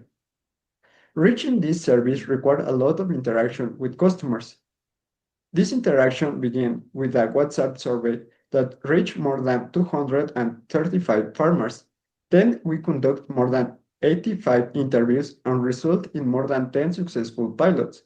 What we learned from this experience was that interaction with the robot generates a lot of interest and trust. The reduction in fertilizer is what is most valued, and there is a greater motivation to apply sustainable practices with clear knowledge of their soil's condition. With all this information, we know that we will be able to reach a market share of 10%, which will represent profits of $6.2 million in the 5th year. The key aspects are the selling price, production cost, and transportation cost for each service.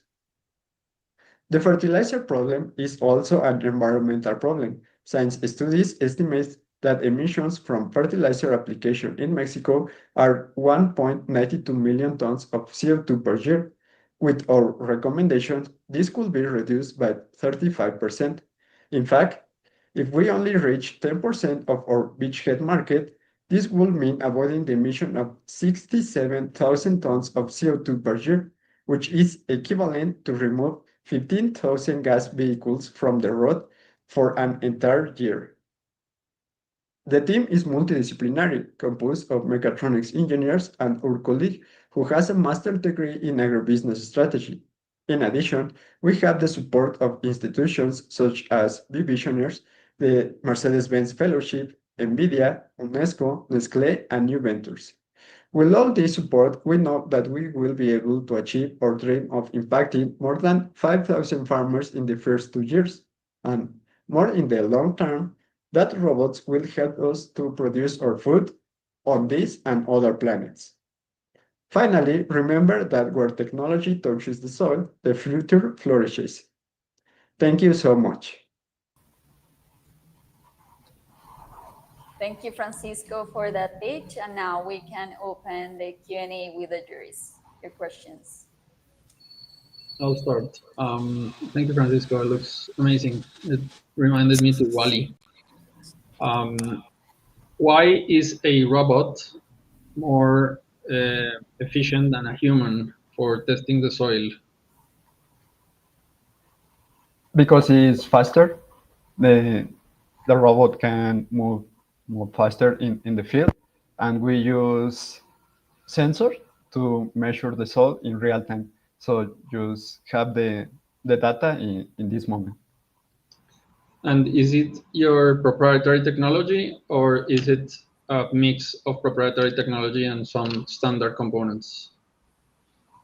Yeah, we have some standard components, but all the design and all the components we manufacture, so all the robot is ours.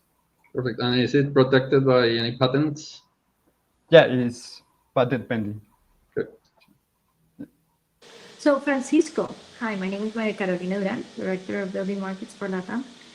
I am curious about partnerships and alliances, strategic alliances you can build. I know you started this with a grant and with strong allies behind, from what I see. And I want to know if there's any future in collaboration with them, working together. Are they going to have ownership or not on your intellectual property, as Felipe asked a minute ago? And how do you envision growing this, with which type of allies and where? Yes, we have institutional allies, but the main allies that we want is where communities, local communities, and local farmers, local group of farmers. There are the main people that we want in to collaborate in our company, and we want to collaborate together with producers of organic fertilizer to recommend these products when our analysis requires that. So yeah, we want to collaborate with local farmers and fertilizers for organic products. And to grow this, we are based in central Mexico. So our next goal is to expand to the western state in Mexico, like Jalisco and Colima. So because they are the big areas to produce agriculture. And looking ahead, we want to expand to other Latin America regions. We're facing similar issues like soil degradation, the overuse of fertilizer, and the urgent needs for sustainable practices. Okay, thanks, Francisco. And what risks do you see there, and how do you mitigate these risks? The main risk is facing the resistance to change from the farmers. So the way to addressing this is concentrate our efforts to young generation of farmers, so they are tend to be more conscious about environment and try new technologies. So that is our strategy.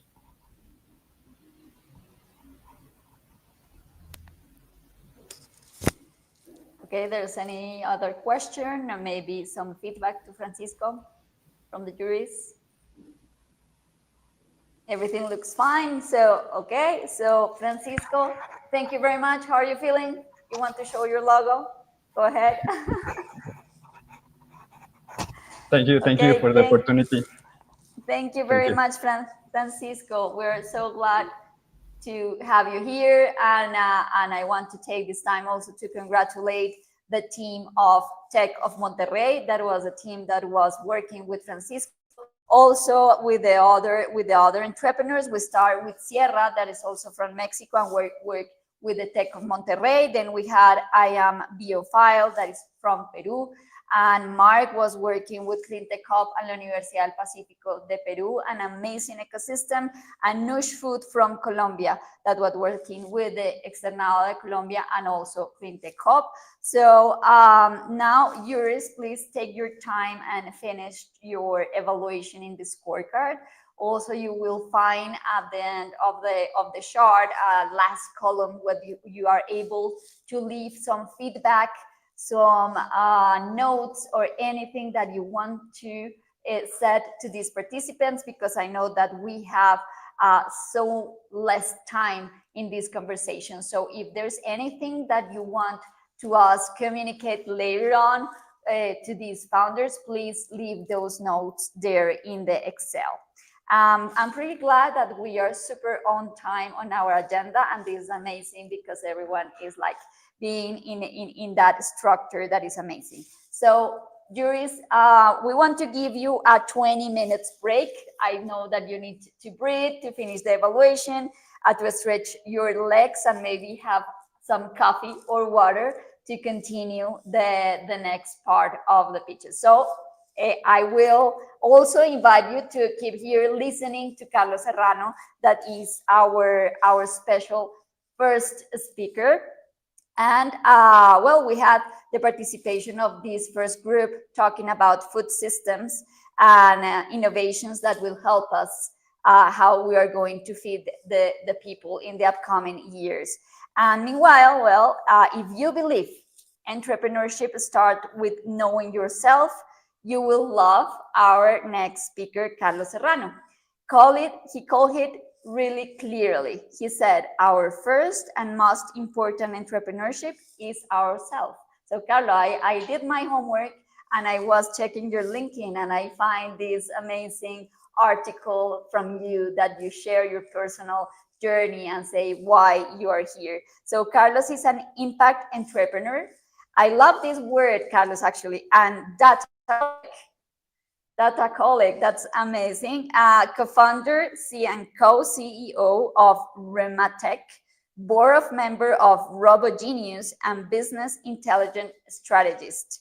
Carlos' mission is empowering humanity by closing digital, tech, and learning gaps, from refurbishing electronics for second lives to redesigning classrooms where kids build real digital skills. So Carlos turns waste into worth and code into opportunity. So Carlos, thank you so much. And thanks to the Tech of Monterrey, that was like the bridge to be in contact with you. So thank you so much to be part of this ClimateLaunchpad Americas Regional Final.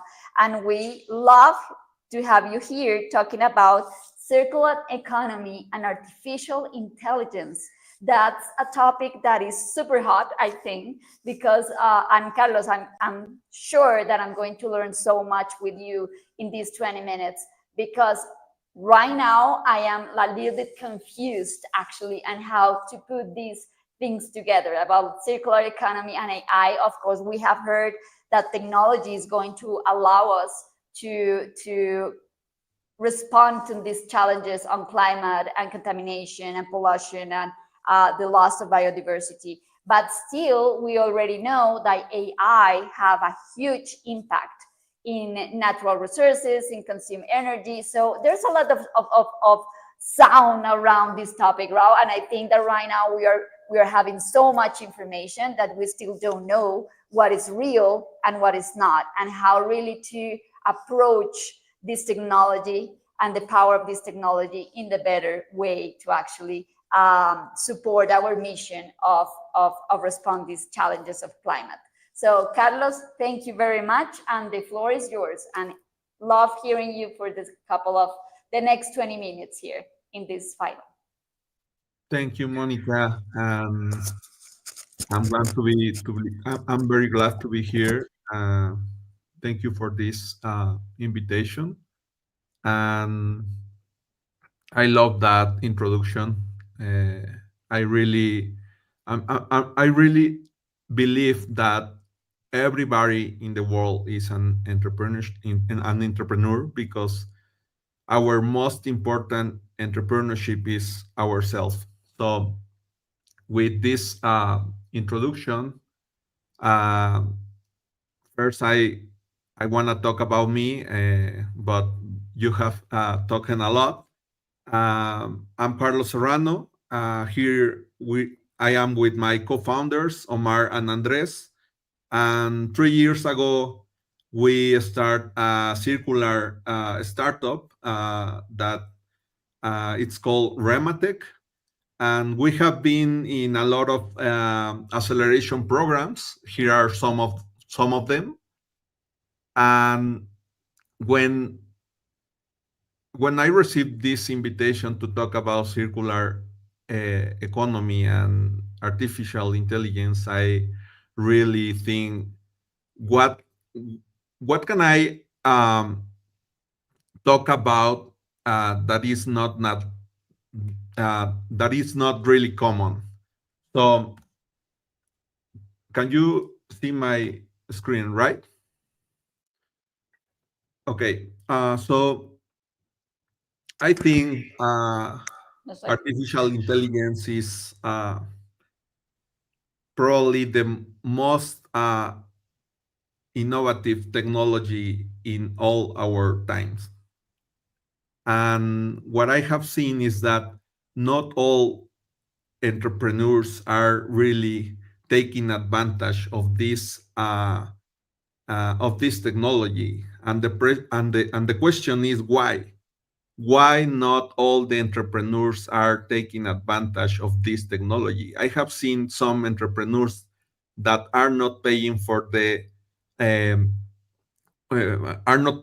ChatGPT Plus instead of to have just ChatGPT free, for example.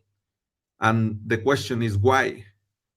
Why we are not taking advantage of this technology? So I believe that there are a lot of reasons behind this decision, and most of them there are not technical decisions. There are most decisions about human behavioral. We are afraid to use this new technology. So I believe this technology can give us the chance to really transform the economy to a real circular economy, because what I have seen and what I heard constantly is that we are just recycling resources. We are just taking resources and we are just transforming these resources to a viable product for the economy, but we are not, this is my opinion, we are not thinking deeply how to reduce, or maybe the word is how to eliminate waste. How can we eliminate waste, not just reduce? How can we eliminate waste? So I think, and I really believe that artificial intelligence is the technology that can get us from a linear economy to a full circular economy. So here is this famous startup curve. This curve is famous because Paul Graham of Y Combinator, and what I'm gonna try to talk about is right now my company is in the blue point, and 3 months before we were in the purple point, but we have taken 3 years until to get to that point. And my question is, how will AI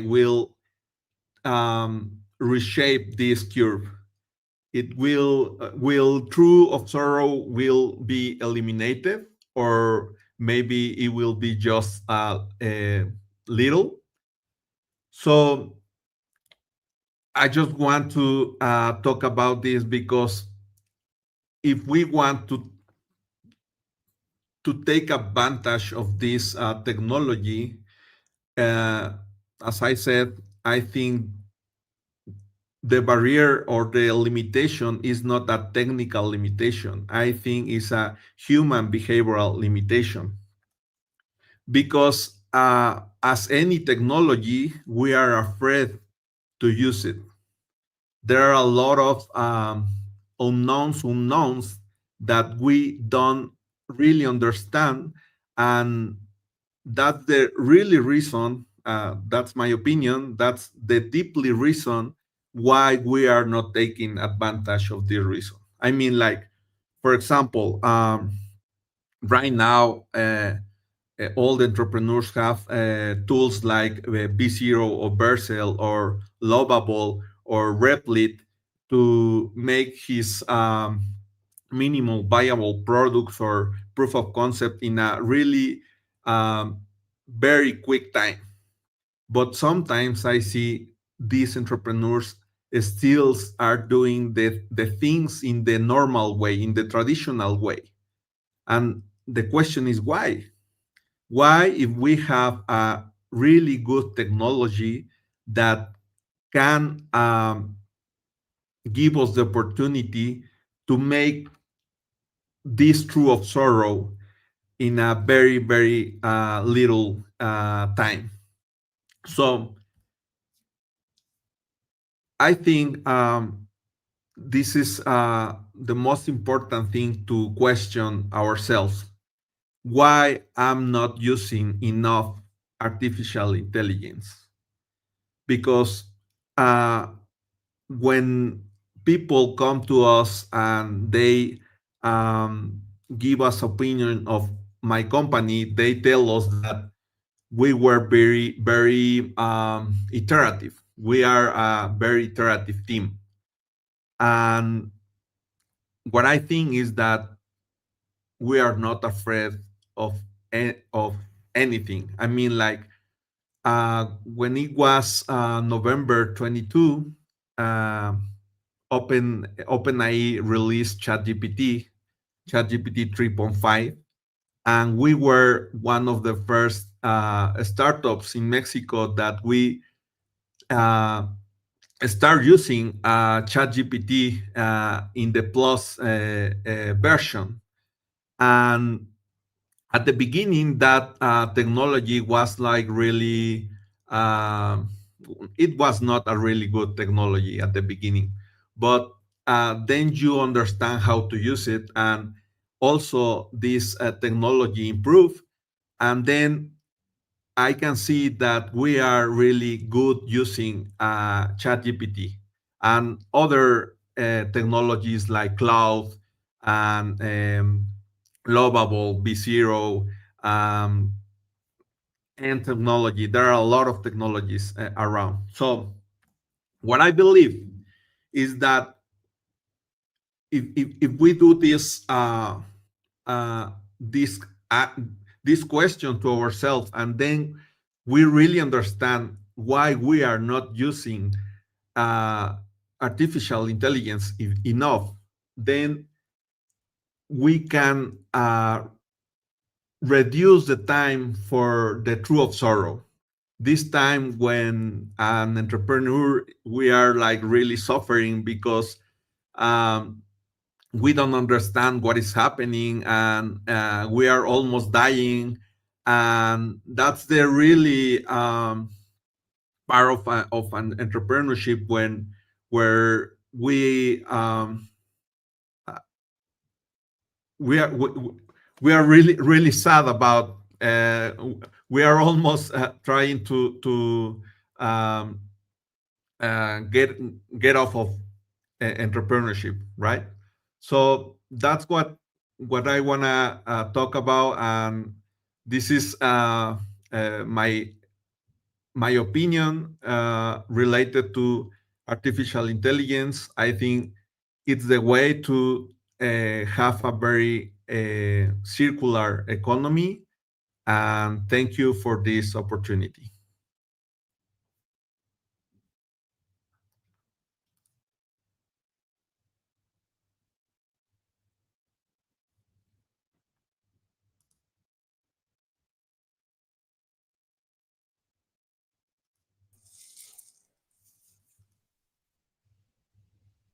Carlos, thank you so much. But I wanted actually to ask you to leave your presentation on. I think that you just stop sharing it.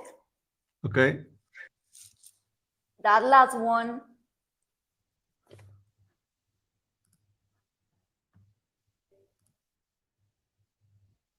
There is. Yeah, where you talk about this startup curve, right? So there you mentioned, sorry that I have a screen over this side and I forgot to see to the camera, but it's super interesting when you mention about the product market fit, because actually is one of the most important things in the process of ClimateLaunchpad is to work with the founders and their team to go into that process, right? Because as we know, for a couple of decades and a lot of studies that have been made, what are the reasons of failure on a startup? And the first reason is no have a market, right? If there's not a market, there's nothing to go outside to sell. So I think that is pretty interesting, because using AI, as you said there, won't eliminate the tree of sorrow, but it will reduce it. And that's also going to allow us to need less time, right?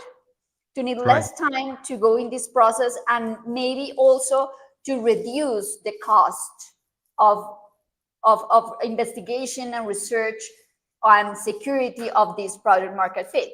However, the question here also is how much the entrepreneurs, the founders, need to invest in AI, because you know a lot of founders and a lot of startups start with all the free platforms and the free capacity to work with different tools that are available. So free ChatGPT, free Perplexity, free Cloud. So is this possible? How much you are able to go through this process with AI, like using in the free version, or how much do you think that or how should the founders make the decision of investing in an AI tool to help them in this first process of product market fit? That's a very good question. And as I told you, it's just a human behavioral decision. Because if we ask to the audience, how many of the audience are paying for Netflix or for any other platform of streaming, they are paying for the not free, I mean for the plus version. So they can just stop paying that and then start paying to ChatGPT Plus, for example. So it is not a economic limitation. It is a behavioral decision. I love that. Behavioral decision is so amazing. And actually, there's a lot of things that we can go through that road when we talk about this first earliest stage of any kind of a startup of entrepreneurship, right? So I think that is important message that you are leaving here, Carlos. Like, what is the behavior that a founder or a new entrepreneur need to go to be able to take advantage of this technology that is here? And I think that we are seeing a couple of questions here through YouTube, especially. One of the questions was, Carlos, how you are using AI on your company. So here is, Carlos, how are you using AI at Rematch? If you can share with us and respond to Ventures Lab.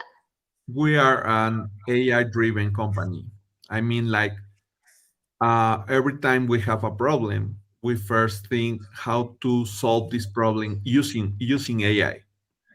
Instead of to think in an paying for an expert, we start thinking using AI. So we have all the management team we have ChatGPT Plus, and our developers, they are using Cursor, Cloud Code, and we are not afraid to pay for AI because we understand that the ROI for that investment is really high.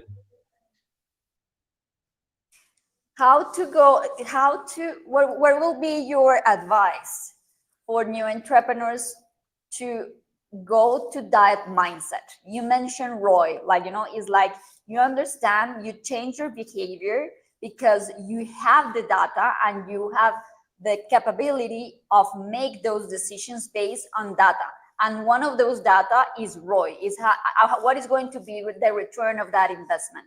And I think that when entrepreneurs is starting this first road of really early stage is like, I don't have nothing, right? It's like, I need help from others, I need the ecosystem, I need external help, I need money for friends, fools, and family, you know, like is everything depending on the outside.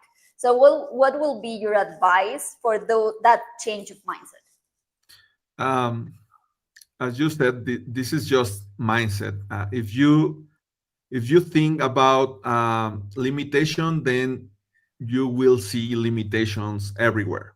If you think about opportunities, then you will see opportunities everywhere. So that's why I am really sure that the most important entrepreneurship is ourselves, because if you change that mindset, then everything will be easier. And maybe in our case, we take 3 years to change our mindset, because at the beginning we were like very it's also an issue of an ego issue, because at the beginning we were like egocentrics.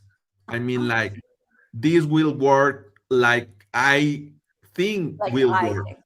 And that's not true. It will work as the market will be able to work. No, the market is the king. You are not the king.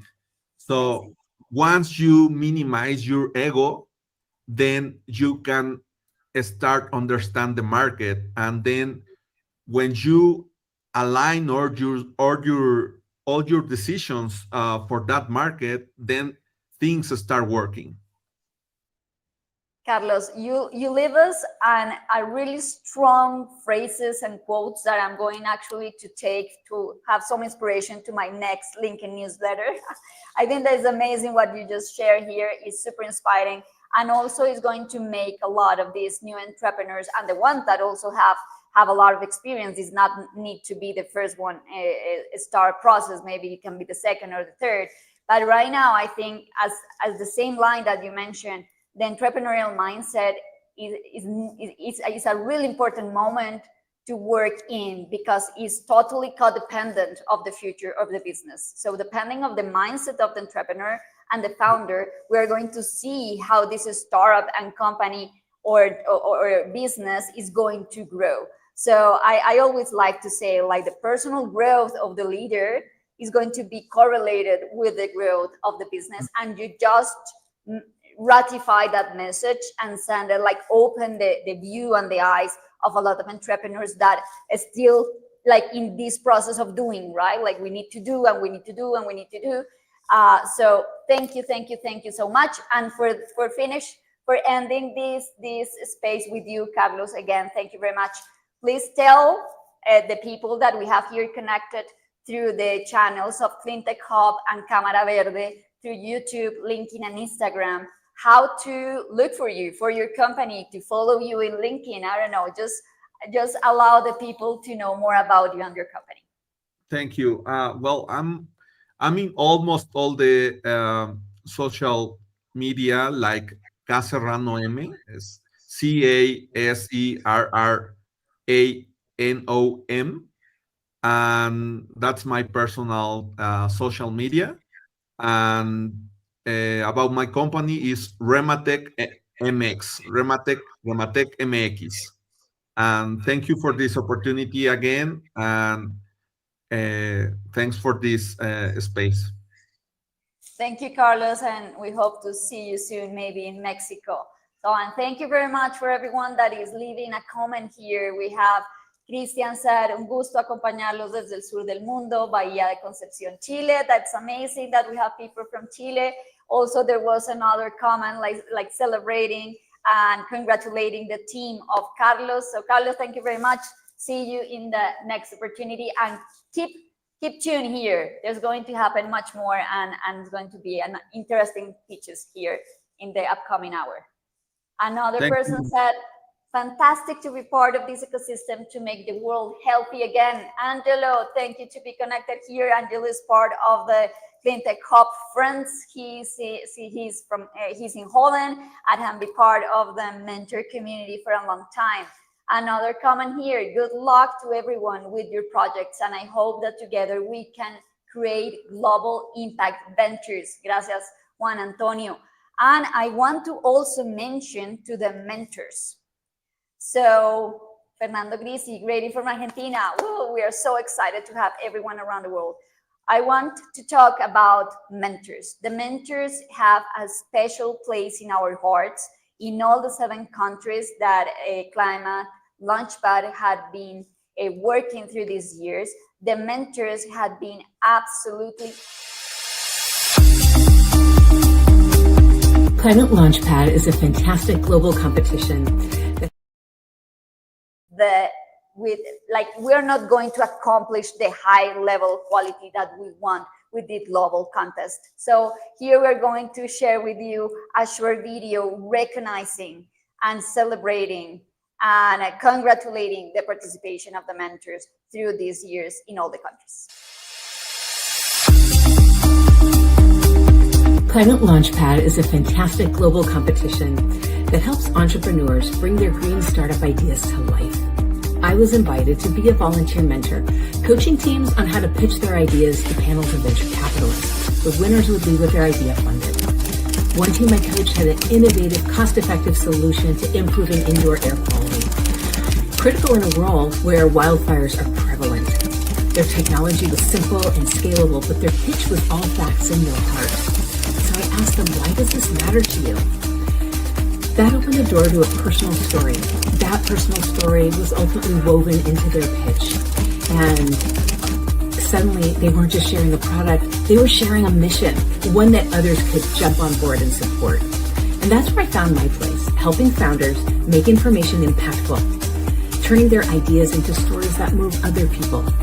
Mentoring through ClimateLaunchpad has been an extremely fulfilling experience, and it's one of the ways that I can pay it forward in helping to solve the climate challenge.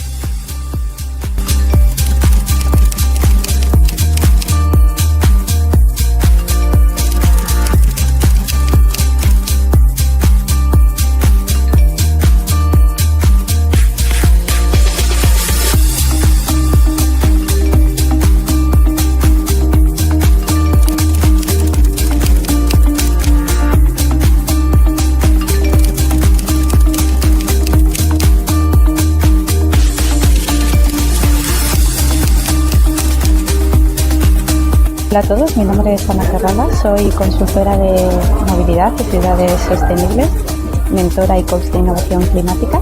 Y ¿qué os voy a decir? Que estoy orgullosa de formar parte del programa ClimateLaunchpad en la edición de Argentina.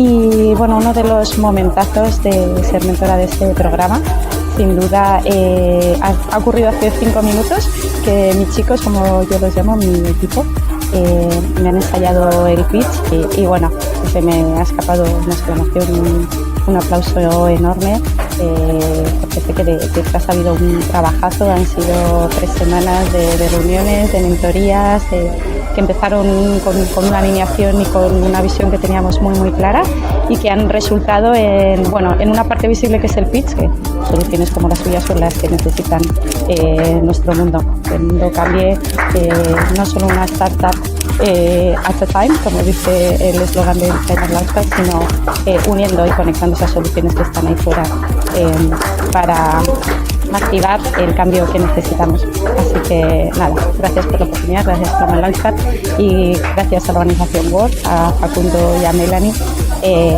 por llevar esta edición muy lejos. Un abrazo.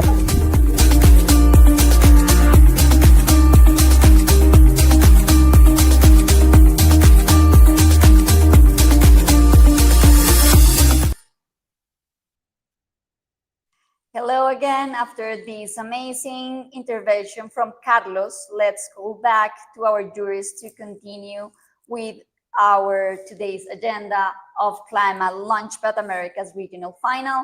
And again, thank you for all the sponsors, all the collaborators, all the supporters that we have been having through all the countries, but thanks of them, we are able to accomplish this process and be here doing this final. So let's welcome again to the juries. Hello, Christian, Felipe. Welcome back. And Carolina, we hope that you were able to rest a little bit, to have a short breath, maybe a coffee. And Felipe, okay, I think that we are, yeah. We are complete, and now we are coming back from coastlines to communities. This group builds resilience against climate shocks and unlocks ocean opportunities. This second group is about the solutions proposed for blue economy and adaptation and resilience. And we are going to have Alchemia Aqua Collector and Movie. I hope I am pronouncing correctly. So we already have on stage Paulina. And Paulina is going to be here ready for respond any questions of the jury after the speech that we are going to see. She is from Alchemia Aqua Collector.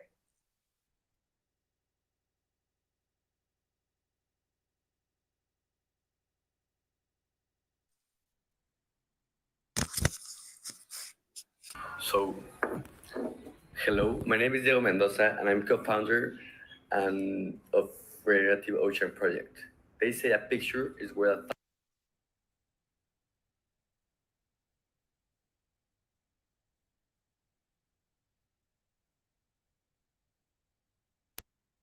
a My mistake.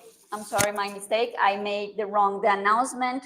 We are having here Regenerative Ocean project. So Paulina Sanela, I'm so sorry, Paulina, that I introduced you incorrectly. So Regenerative Ocean project from Mexico. Welcome, Paulina. Now we're ready. So, hello, my name is Diego Mendoza, and I'm co-founder of Regenerative Ocean project. They say a picture is worth 1,000 words. So in the background, you are seeing the first commercial regenerative red seaweed cultivations in the country's history. At ROP, we believe the solutions lies in the sea. That's why we cultivate regenerative seaweed in Mexico to create premium ingredients that restore the ocean, generate employment, and obviously offer real health. So here's the deal. I present you the Mayan Mas, our first product, a premium supplement and food made with seaweed cultivated in Mexico, with real benefits for health, immune system, skin, heart, gut, and obviously for the planet. Our customers are conscious consumers, wellness stores, and chefs who seek traceability, positive impact, and obviously the quality.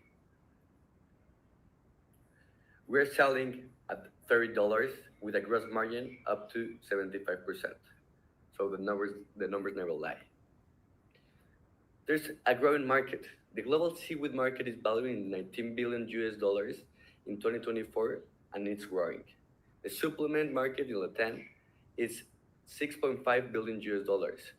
So with Mayan Mas alone, we're estimated generating $400K per year in 5 years. So the unit economics and the value propositions. So our oceans are in crisis. We all know that.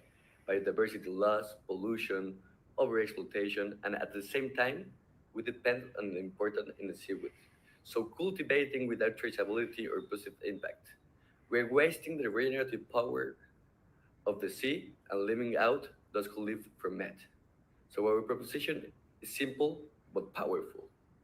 Health of the ocean and for the body. Traceability, regeneration, social impact, and premium products. So Mayan Mas, from the sea to your home. So our model is really simple. It's regenerative cultivation, harvest, solar drying, processing, packaging, direct and online sales. Because we work with fishing communities, especially integrating women, to create that local value from the source. So the entire process is clean, natural, and with a positive impact. So, market validation. We conduct 38 interviews and found this. 90% will buy the same supplement at a lower price. 100% of the companies will prefer natural ingredients with social and environmental impacts. 60% of the users buy supplements online, and 100% of the interviewed chefs want to experiment with this Mexican seaweed. So, the ambition. By 2026, we project 350,000 in annual profits, 3% of the national market share, 1,200 active customers, and 40% report rate, 25 allied chefs, and more than 100,000 in astronomic sales. So our cultivation doesn't use fresh water or fertilizers. It captures carbon, it generates oxygen, it cleans water, and it restores biodiversity. So with just 8 hectares planted in 1 year, we capture 235 tons of CO2, which equals 575 trees planted and matured for more than 10 years. So we're a team with experience and shared vision, from operations and science to marketing and commercial strategy. So our goal is to be the leaders in Mexico in regenerative seaweed cultivation, with a model that positively impacts the ocean, coastal communities, and obviously food systems. So Maya Mas is more than a supplement. It's regenerative, it's functional, it's traceable, and it's a proposition with purpose. So thank you very much. Thank you very much for the team of Regenerative Ocean Project. Thank you so much. And I like the teamwork here within the team of the startup. So Paulina, welcome. And now we can open the Q&A with the jurors. Okay, let me start. Thank you, Paulina. I would like to understand a little bit better what is the final use of this product, because it's not very clear in the presentation, and maybe also what is the problem that it solves. Okay, so thank you for the opportunity. It's a pleasure to be here and share about this amazing project. So the problem that is solving is not just one, is several. First of all, the crisis in the ocean is polluted, it's losing biodiversity, so it is in crisis, as Diego mentioned in the presentation. And seaweed has the power to restore the ocean. So it cleans the water, it's a biofilter, so it cleans naturally the water, it restores the biodiversity, which we have already experienced, and it is amazing how the seagrasses are returning to the area where we're farming. And then the other problem, and this is very important, is that fishing resources are declining. So fishing communities no longer have what to live from or to eat from. So on one side, it is creating jobs, and it is especially creating jobs for women and elder people and like disabled people in the coastal communities, because the farming of seaweed is a very easy art. So a lot of people can participate, so that's another problem. And then the food sovereignty.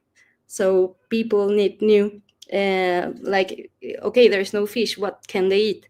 And there are some seaweed that have more protein than meat.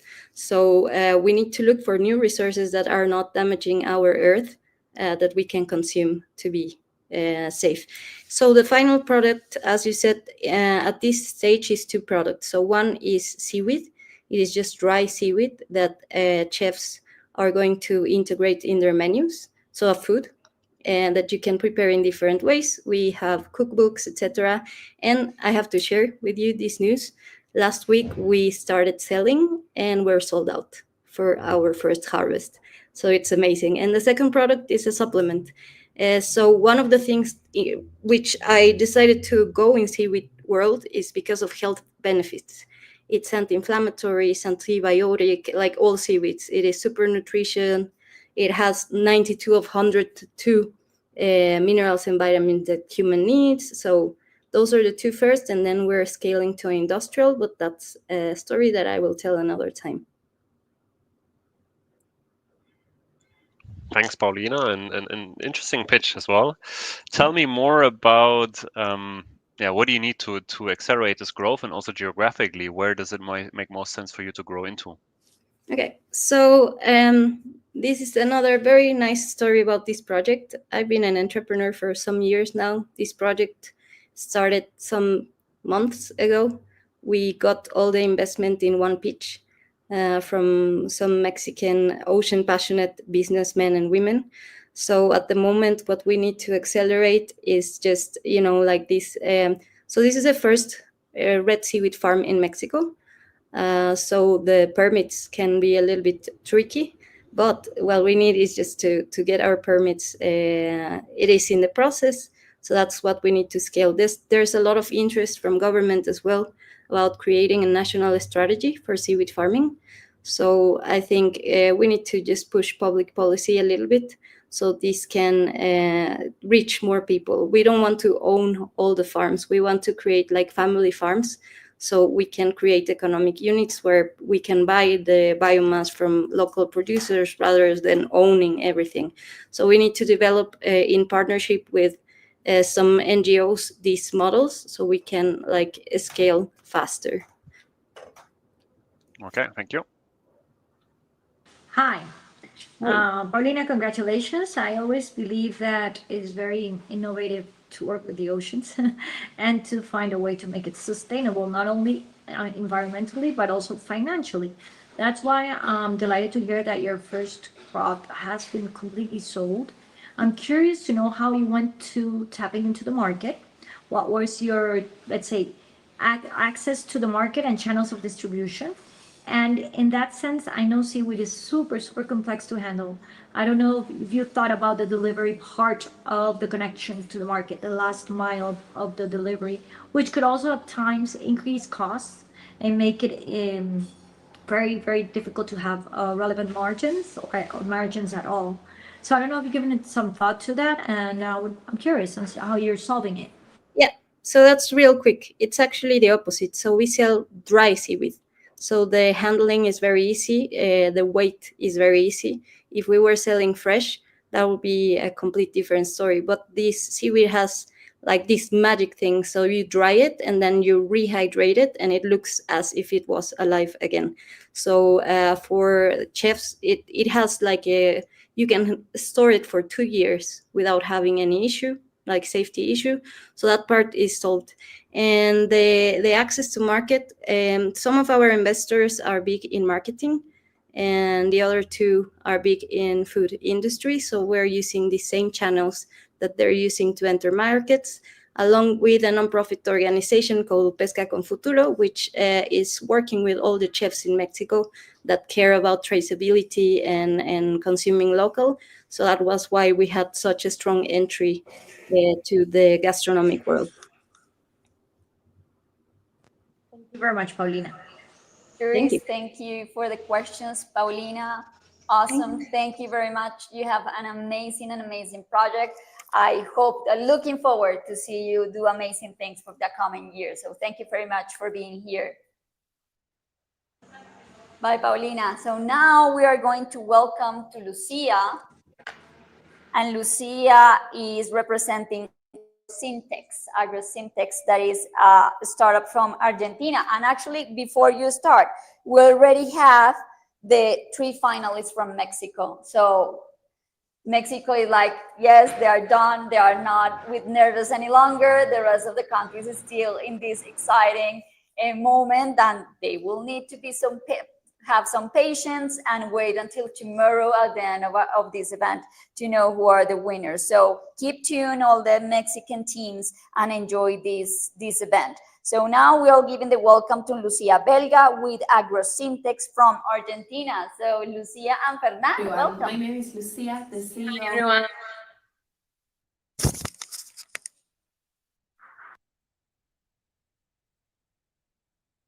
Hey, can you hear us? Yes. Okay.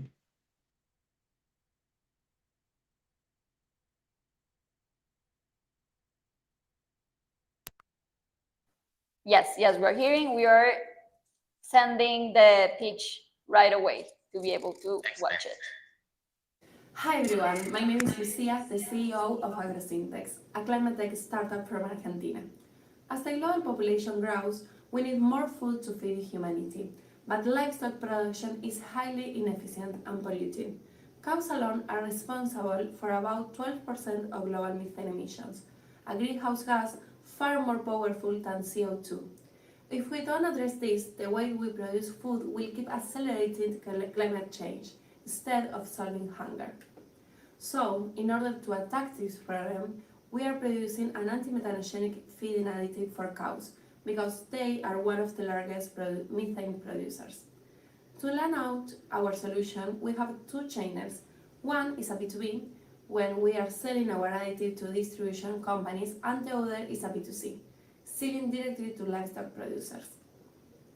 America is a multi-billion-dollar global market. We have the majority of cows in the world, so for that, we are the major contaminator in the world. In our first horizon, we target Argentina by 10 scale globally. Our target global domination is 15 million cows in 5 years. That is the 5% of the TAM penetration, and this represents $300 million. What the customer gets with us without diet changes or complexity is up to 9% less methane emissions, 12% or lower feeding costs, milk productivity uplift, and access to premium and carbon regulated markets. These producers can sell milk or meat at higher prices. We are delivering climate and margin impact in one bag. Our product is inspired by red seaweed, and we are reproducing through chemical synthesis the anti-methanogenic properties for our additive in order to be scalable and lower in cost. Also, we have a patentable technology. During the last year, we have made more than 30 interviews and assisted to the most important events, and our key learnings are these. Producers know that they have a problem and they want to fix it, but they don't want to change the feeding routine or pay so much. And also, they do not have a standardized process to measure methane. Our financial tree is based in our actual cost, that is $2, and our target price is $8. Our desirable market share is 1% in first years, obtaining 120 producers with at least 2,000 cows. This will allow us to sell more than 700,000 products, giving us a $4 million profit per year.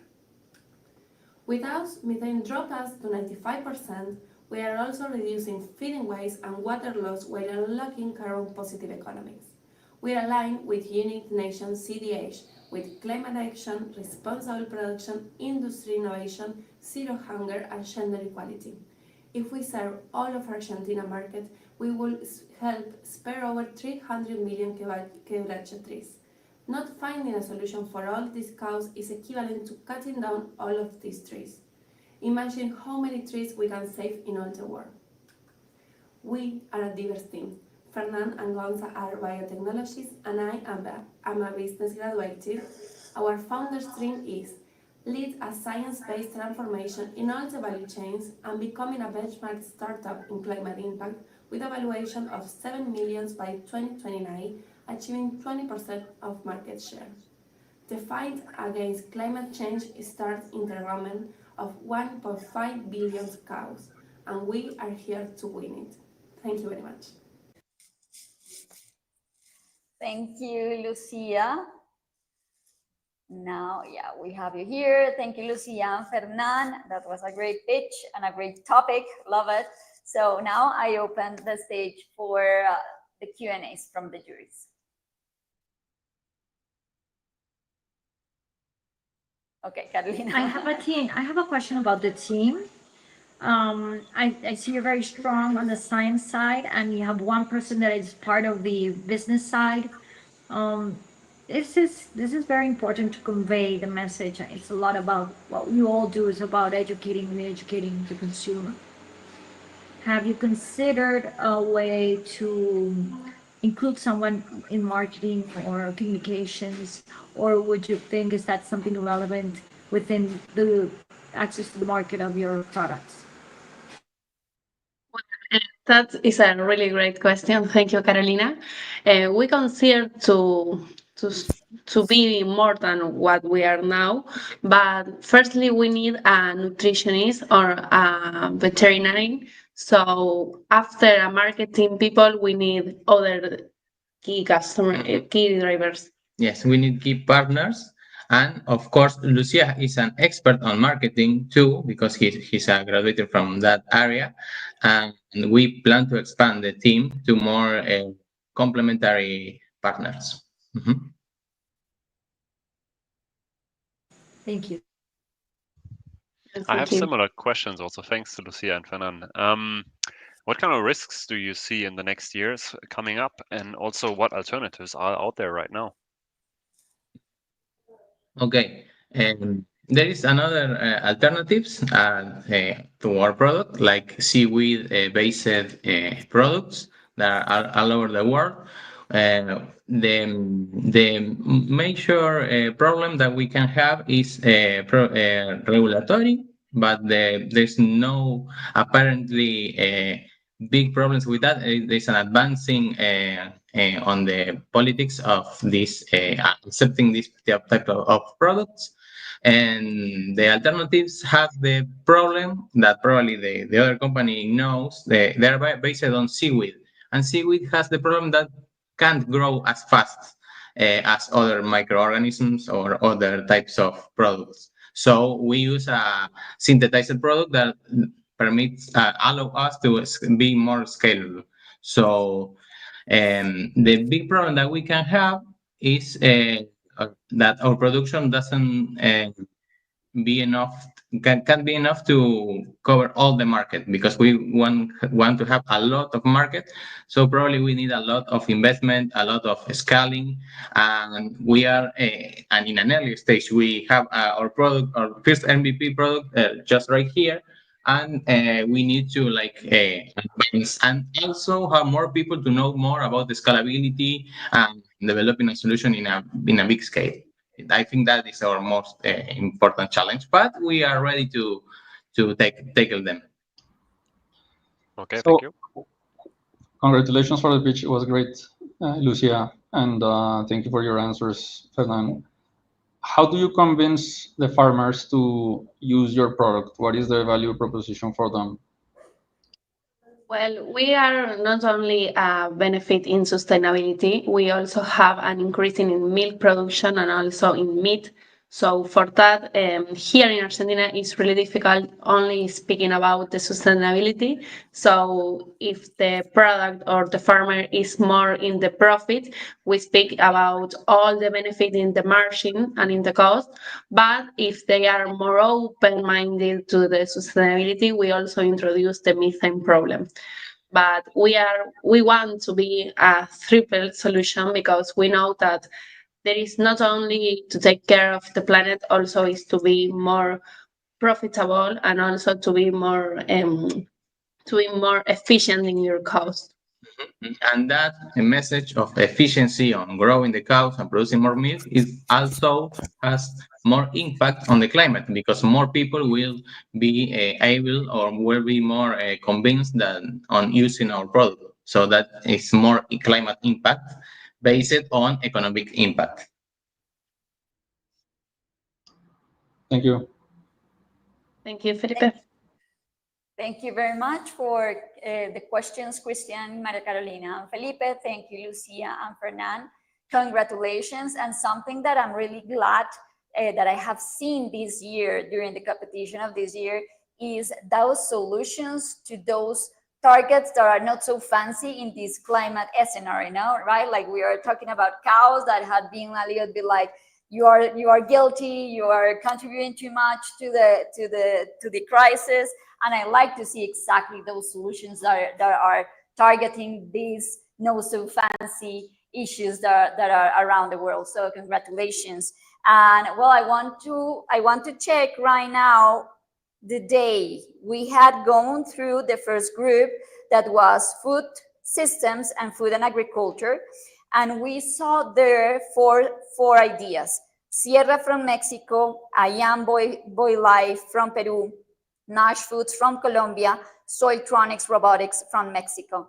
Then we were with Carlos Serrano talking about circular economy and AI, and was super interesting because at the end, and actually I'm going to repeat this phrase of Carlos that I think that is so nice for the context that we are. He said, our first and most important entrepreneurship is ourselves.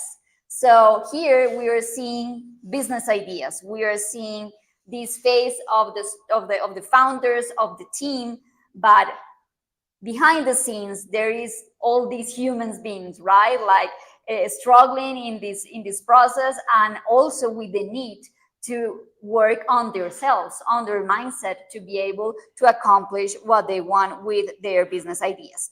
Now we'll start with the group 2, Blue Economy and Adaptation and Resilience. We already listened to Paulina and her team with Regenerative Ocean project, and then from Mexico. So that means that we already had the 3 finalists from Mexico. And we had Lucia and Fran from Agro Syntex from Argentina. And that makes the first one from Argentina in this agenda. So thanks everyone to be here. Now we are going with the first team of Guatemala, and Guatemala and Salvador are together representing Central America. And we are going to be here with Cindia Sandoval. And here, the mistake that I committed at the beginning is Alquimia Aqua Collector. Now we are with Cynthia from Guatemala with her project Alquimia Agua Collector. Let's see, Hello, Cynthia. we are Alquimia. You're here. Okay. Hello, nice to meet you. Thank you very much. Hello, we are Alquimia, a water collector. We are a sustainable solution of collecting rainwater and fog water. In Guatemala, drinking water becomes a problem. It's expensive and non-existent in rural areas. 70% of rural areas and 30% of urban areas lacks of safe access to water. We want to generate 500 to 800 liters of rainwater and also 200 liters of fog water per system. Our clients, have recovered their investment with 12 captures per hour system. We have been in the market for 5 years. We created our business in 2020, and we have established our main market is the state owners. They need water to create gardens and secure water supply, and they are the most vulnerable to water scarcity and irregular seasonal rainfall. We have our secondary market, that is the rancher and farmers, that they need water to the dry season. And also we have the CSR companies that they need water to the rural community projects. And also they want to generate local development. We know that our market is all over Guatemala, but we have already validated that our clients that they want to pay for our solution, they are in this department of Guatemala. The farm ranching is to 1 to 5 blocks, and we know we can grow to Central America to make this solution for water. The value customer proposition that we make is that before having our solution, our clients are making 0 to 200 liters per week of rainwater and fog water. And after having our solution, there are captured 800 to 1,000 liters per week. It's almost 42 full home filters, and we are not using conventional solutions like wells or cisterns. They don't require fossil fuels or expensive infrastructure. We are saving them money, and we want to generate this solution for water. Our product is made for sizes. We have size small that is directed to water wells and connected to vegetable gardens. We have the size medium that is pollinator plant garden. And also we have the size large that is also connected to medical gardens with self-irrigation. We also have the cheapest product is $1,000, and we have the most expensive product that has $2,000. Our customer discover is we have already 20 interviews to potential clients, and we have seen that 80% of our clients needs water to drink and to have irrigation and also general use. 50% of our clients says that the water that they consume is regular, so they need treatment or also filtration. And also we have 50% of our clients invest more than $300 per month to have water to the supply. And in financial goals, we want to generate $1 million. This will be a march of every year for 5 years. And also we want to sell products of 500 products. We want to have 250 customers, and we have the market share of 4%. Our key drivers are the cost product, the price product, and the number of the customer. We make the climate a climate impact of reducing CO2 emissions and also not using zero fossil fuels. We know that our clients like farms and ranchers, they do 23.3 tons of CO2 per year. So we are really making an impact of the climate with this solution. As a founders team, we are a multidisciplinary team. We have a Jose Chavez, that he is an architect. We have Agostino Gianetti, he's a political scientist. And also we, as me, I am internationalist. We are as a team name Alchemia our product because we want to know that the water will be gold. We want that no agriculture of livestock community to depend only of the climate of their water supply. We want to install 22 installations in over our country, and we know and we have been helping communities and life with our solution. We make alliance to make this project alive. So we have the City Hall of Guatemala, we have suppliers like Rotoplas and Ecofiltro, and we have our execution with our business of every part of the team that is Diamante, Synaptica, and Conexa. We want to grow, and we hope you can choose us to make this project grow. Cynthia, congratulations. Thank you very much for your pitch about your Alchemia Aqua Collector. So now we can start the 5 minutes of questions of Q&A with our jury.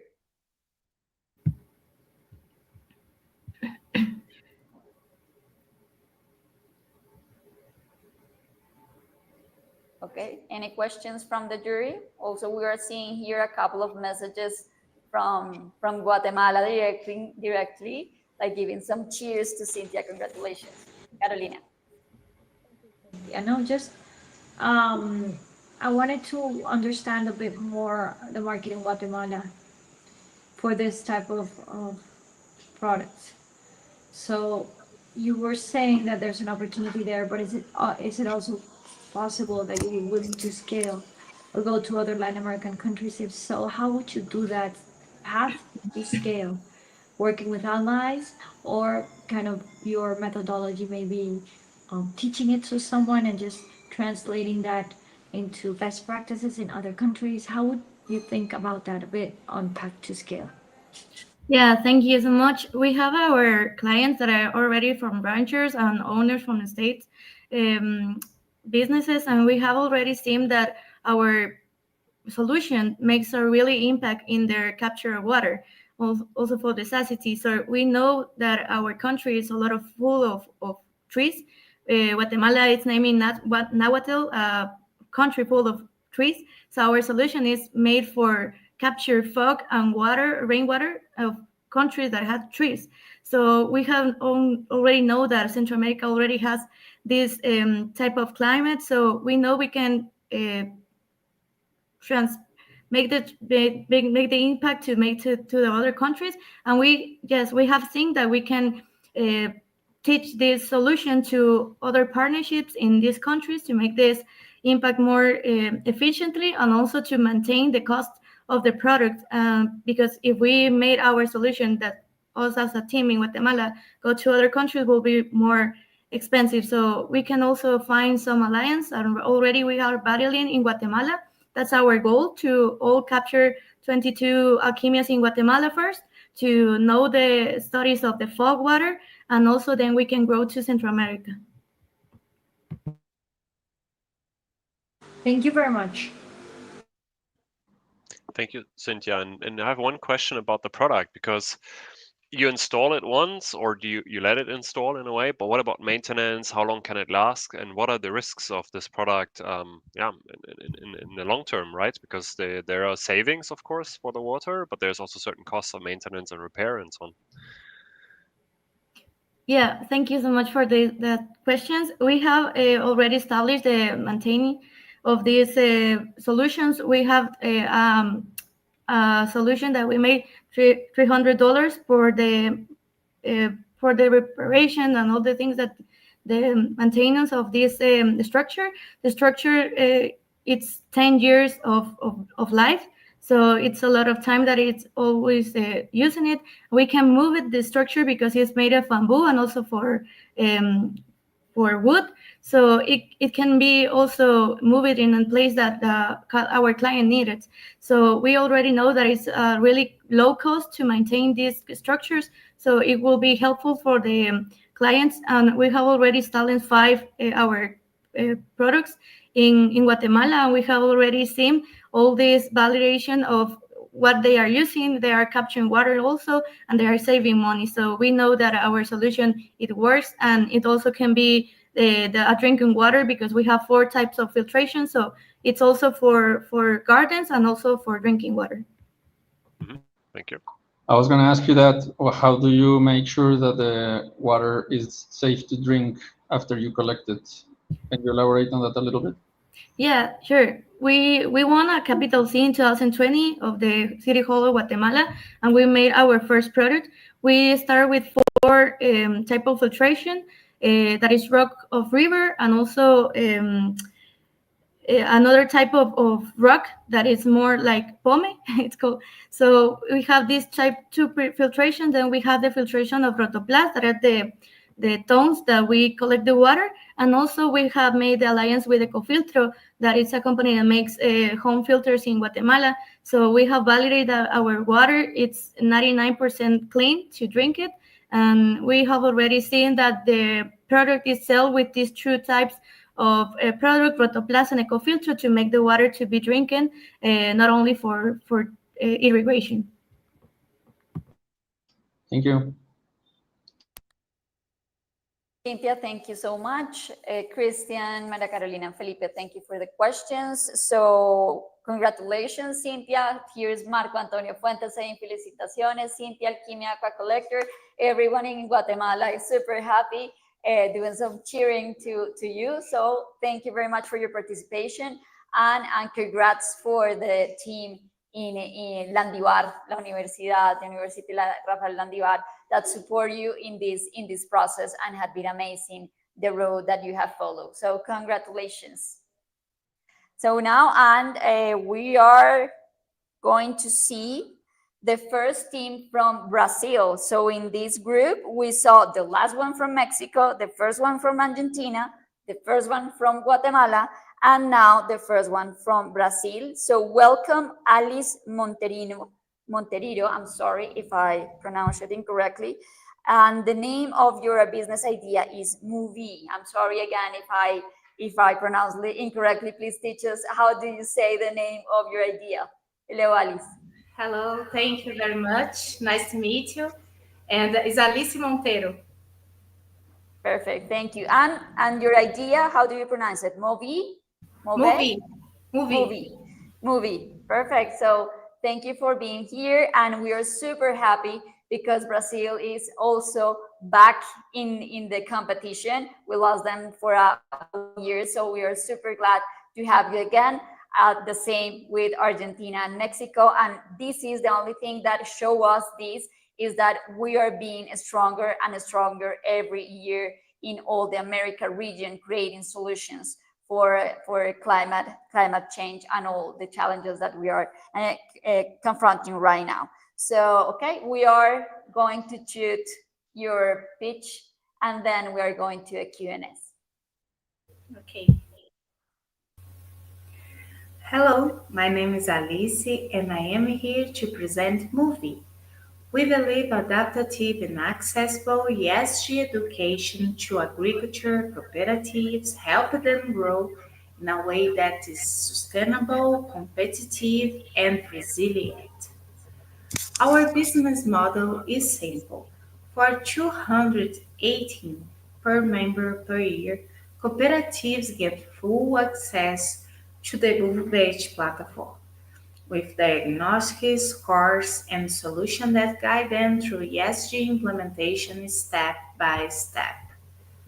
Brazil has more than 1,172 agriculture cooperatives, representing over 1 million members. Our beachhead market is the smaller cooperatives with up to 300 members in the Northeast and Central West regions. This niche represents 2,078 in immediate potential. From there, we scale nationwide, reaching a total market of 237 million. Cooperatives are the backbone of Brazil agribusiness, and they are the entry point for real sustainable transparent. Our solution is the movement platform. It integrates ESG diagnostics with personalized learning paths, artificial intelligence to adapt the learning experience, gamification to increase engagement, microlearning content practical, accessible, and always update with global ESG standards. With movement, even the smallest cooperative can implement ESG in practice, not just learning the theory. We analyzed 7 indirect competitors. None of them address the specific needs of small and medium agribusiness. Movie is studied to for more competitive, combining affordability, accessible language, practical methodology, and continuous update. While competitors deliver generic content, we deliver adapted, actionable solutions. Through dozens of interviews, we learned that cooperatives lack structured ESG knowledge, access to certification and sustainable finance is their main driver. They prefer digital scalable solution over expensive traditional constants. There is a strong interest in ESG, but limited time and resource. What they need is a clear step-by-step and trustworthy partner, and that is what movies provide. By 2026, we aim to serve 43 cooperatives in our beachhead market, reach 100% market share in that niche. These represent 90,057 annual profit with a lifetime value of 22,000 per customer. Our business is highly scalable, profitable, and designed for rapid growth. Every cooperative joining movement generates direct climate benefits.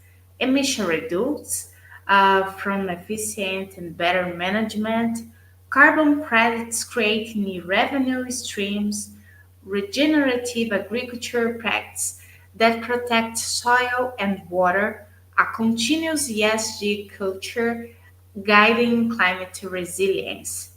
Our vision is to empower the cooperative ecosystem and create positive impact for 1 million people in rural Brazil.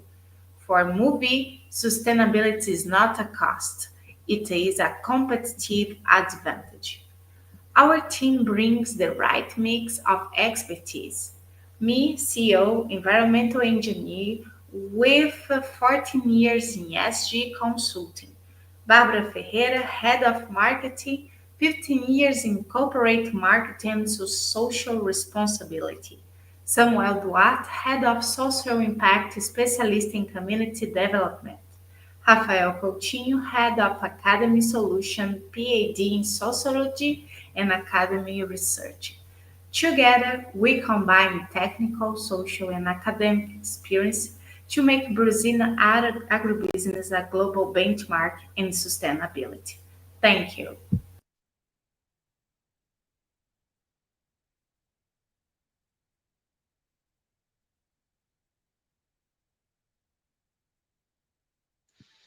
Thanks a lot, Alice, for the pitch. Very interesting.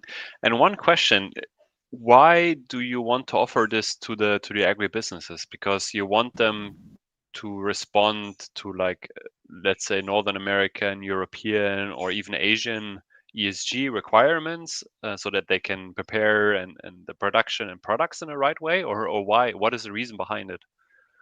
Okay, good question. Thank you, Christian. So the idea is to apply the platform movement for small and medium companies in general. But in this case, when we talk about the climate impact here in Brazil, the agriculture is the most impact that we have right now. So the idea, when we transform this knowledge to something accessible for these people, it's a way to increase the knowledge at the same time to brings the positive impact. So of course we can scale for medium and small companies, but the idea right now is to focus in cooperatives and agriculture. Okay, thank you.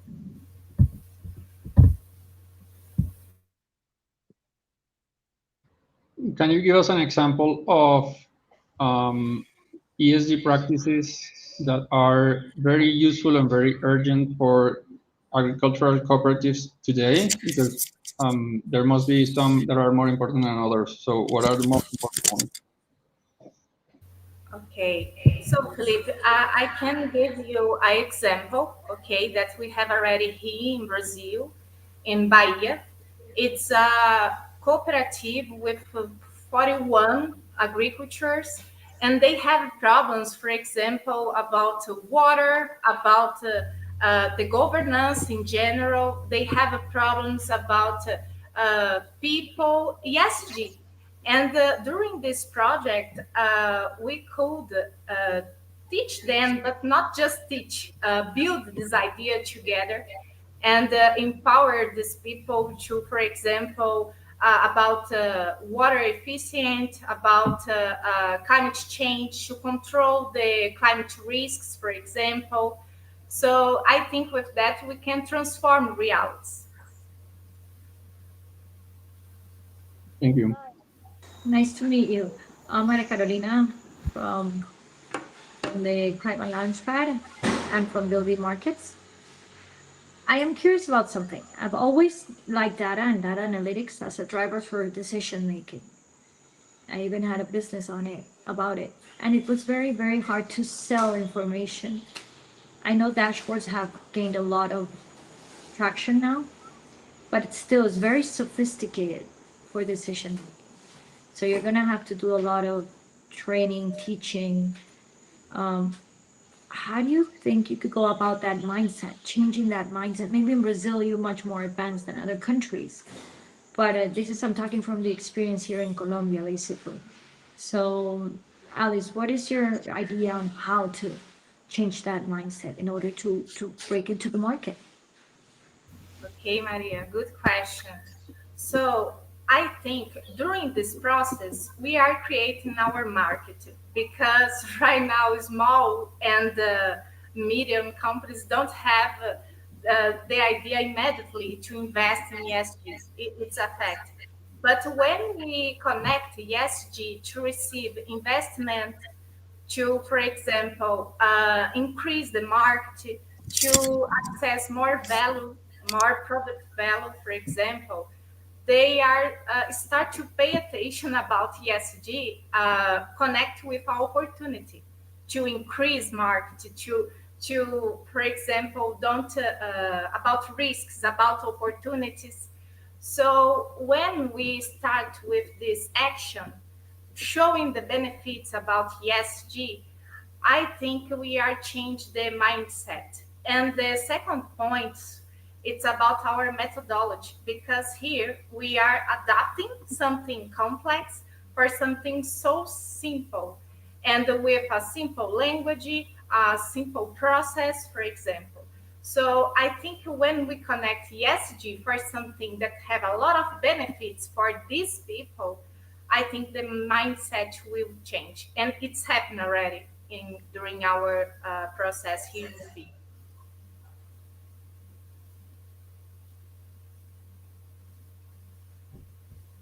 Thank you, Alice. Thank you. Thank you. Thank you, the juries, for all your questions. Alice, thank you very much for being here. Thank you for being the first one from Brazil that we're seeing today in day one, because the other two, let me check.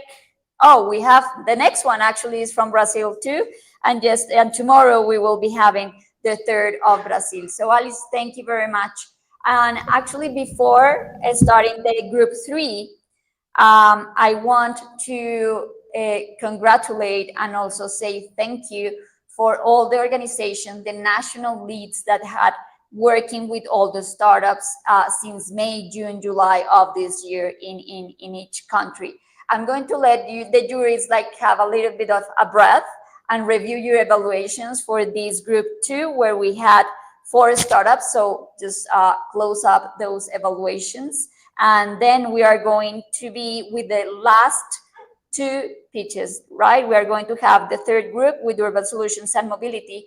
But I want to give special thanks to all these teams, the people that is behind all these organizations. We have from Argentina, we have Warm Argentina, Mel and Facu, 2 people, amazing, passionate, with a lot of knowledge about the climate, about social impact. So we are great and really happy to have you here.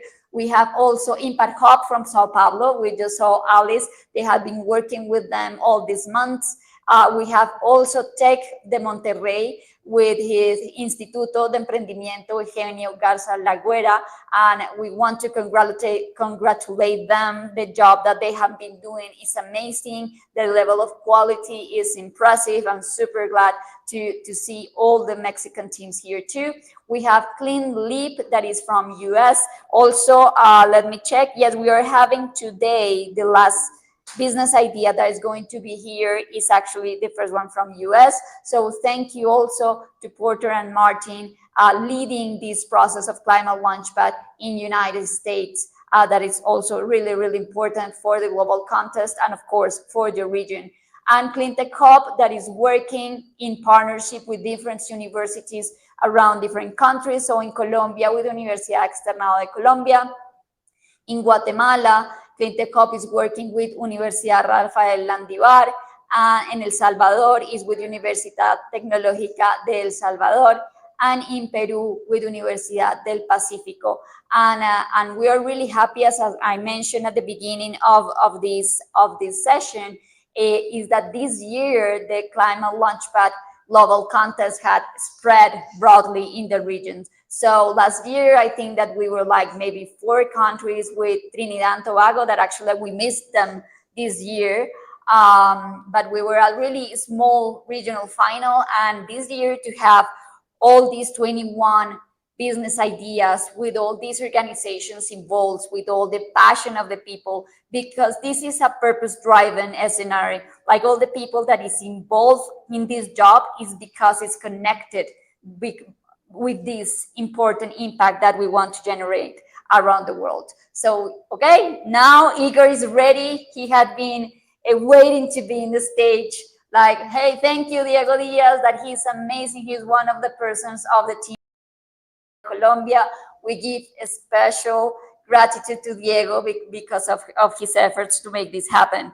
So, okay, Igor, you have been ready over there backstage. Now you're going to be here with us on the stage. Welcome, Igor Floriano. Hope I mentioned it correctly. And the name of the startup is Sanap. How are you, Igor? How are you feeling? I'm fine, thank you. Hi, guys. Hey, everyone. Perfect. So let's see your pitch, and then you will receive the questions from the jury. Everyone, my name is Igor from Sanap. We empower cities and communities through sanitation intelligence. Our mission is to transform how urban sanitation is managed, making it smarter, faster, and climate resilient. We offer municipalities a SaaS sales at average cost of 2.5 thousand euros per month, integrating real-time data, IoT, and IA for predictive sanitation management. While governments are our paying customers, the community accesses the platform for free, reporting issues, tracking solutions, and co-monitoring infrastructure. This dual approach boosts citizen engagement, enriches our data, and delivers better outcome for all.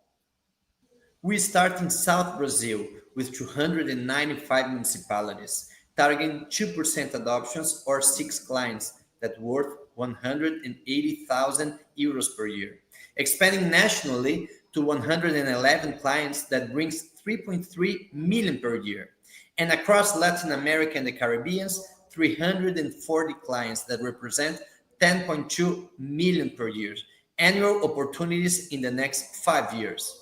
A scalable recurring revenue model that starts in Brazil, grows across Latin America, and scales globally. Bizu increases decision-making accuracy by 85%, reduces conventional construction costs by 70%, and maps 90% of the complex sanitation assets. It enables compliance with sanitation goals, faster resolution of alerts, and safer infrastructure, all in one intuitive platform. Bizu unites geospatial data, IoT monitoring, IA analytics, and citizen input into a single dashboard. From robotic video inspections to predictive maintenance, we cover all 4 sanitation pillars: water, sewage, solid waste, and urban drainage, helping cities act before problems scale. We interviewed over 60 stakeholders, public managers, operators, engineers, and residents, and they told us to create integrated solutions with citizen participation to achieve real-time AI-powered predictive management and to enable fast, clear, actionable insights for all stakeholders. So we built Bizu around exactly these needs. With a 2,500 euros per month subscription per client, our model is profitable, scalable, and sticky. It's just 2% market share in Latam and Caribbean. That's 7.65 million annual profit, driven by recurring B2G contracts, low churn, and high asset scalability. This year, Earth entered the ecological overshoot earlier than ever, proof that we are consuming natural resources faster than the planet can regenerate. In Brazil, every single day, more than 5,000 Olympic pools of untreated sewage are dumped into rivers and soil. In 2024 alone, that added up to over 2 million pools of sewage released, while the country also faced more than 3,000 flood-related disasters, many caused by unmonitored drainage. Bizu can change this. 25% less sewage contaminating nature, that's almost 500,000 Olympic pools every year, and 40% fewer flood-related disasters through preventive actions, avoiding more than 1,500 life-threatening events annually. Real, measurable, and climate resilient.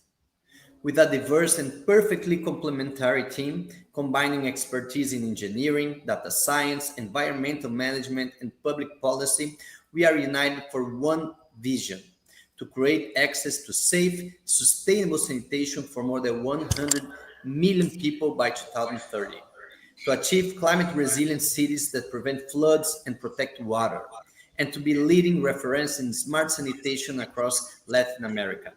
Bizu is not just a platform, it's a key to build resilient, inclusive cities in a time when our planet cannot wait. Join us in this transformation to sanitation into a driver for climate adaptation and public health. Thank you very much. Thank you, Igor, very much. Well, I definitely always in this kind of events and competition always prefer to be at this side of the table because I don't like to be in the jury's position. I'm sorry, because all of them, it's like I hear one and another and the next one and the next one, and all of them are so exciting and are so interesting and so appropriate for the needs of their country and their context and the national context that, thanks God, I am on this side of the table. So I open the questions for you, juries, Felipe, Cristian, Maria Carolina. Igor is ready. Igor, thank you so much for the pitch. I want to clarify something that maybe I didn't understand quite well from the pitch. When you talk about the issues that sanitation utilities have, are we talking about, for example, contamination between wastewater with drinking water, or sewage blockage that creates floodings, or drinking water leakage? What are some of the most important issues that the water utilities face today in Latin America? What we measure in Bizu platform, we manage manholes, basins, septic tanks, with a team that goes in the field, and then with the sensors, we go to the critical situation about flooding, and knowing what's the correct time to activate the maintenance teams to not bring in overflow of sewage in the systems, or draining in some risky place for the community.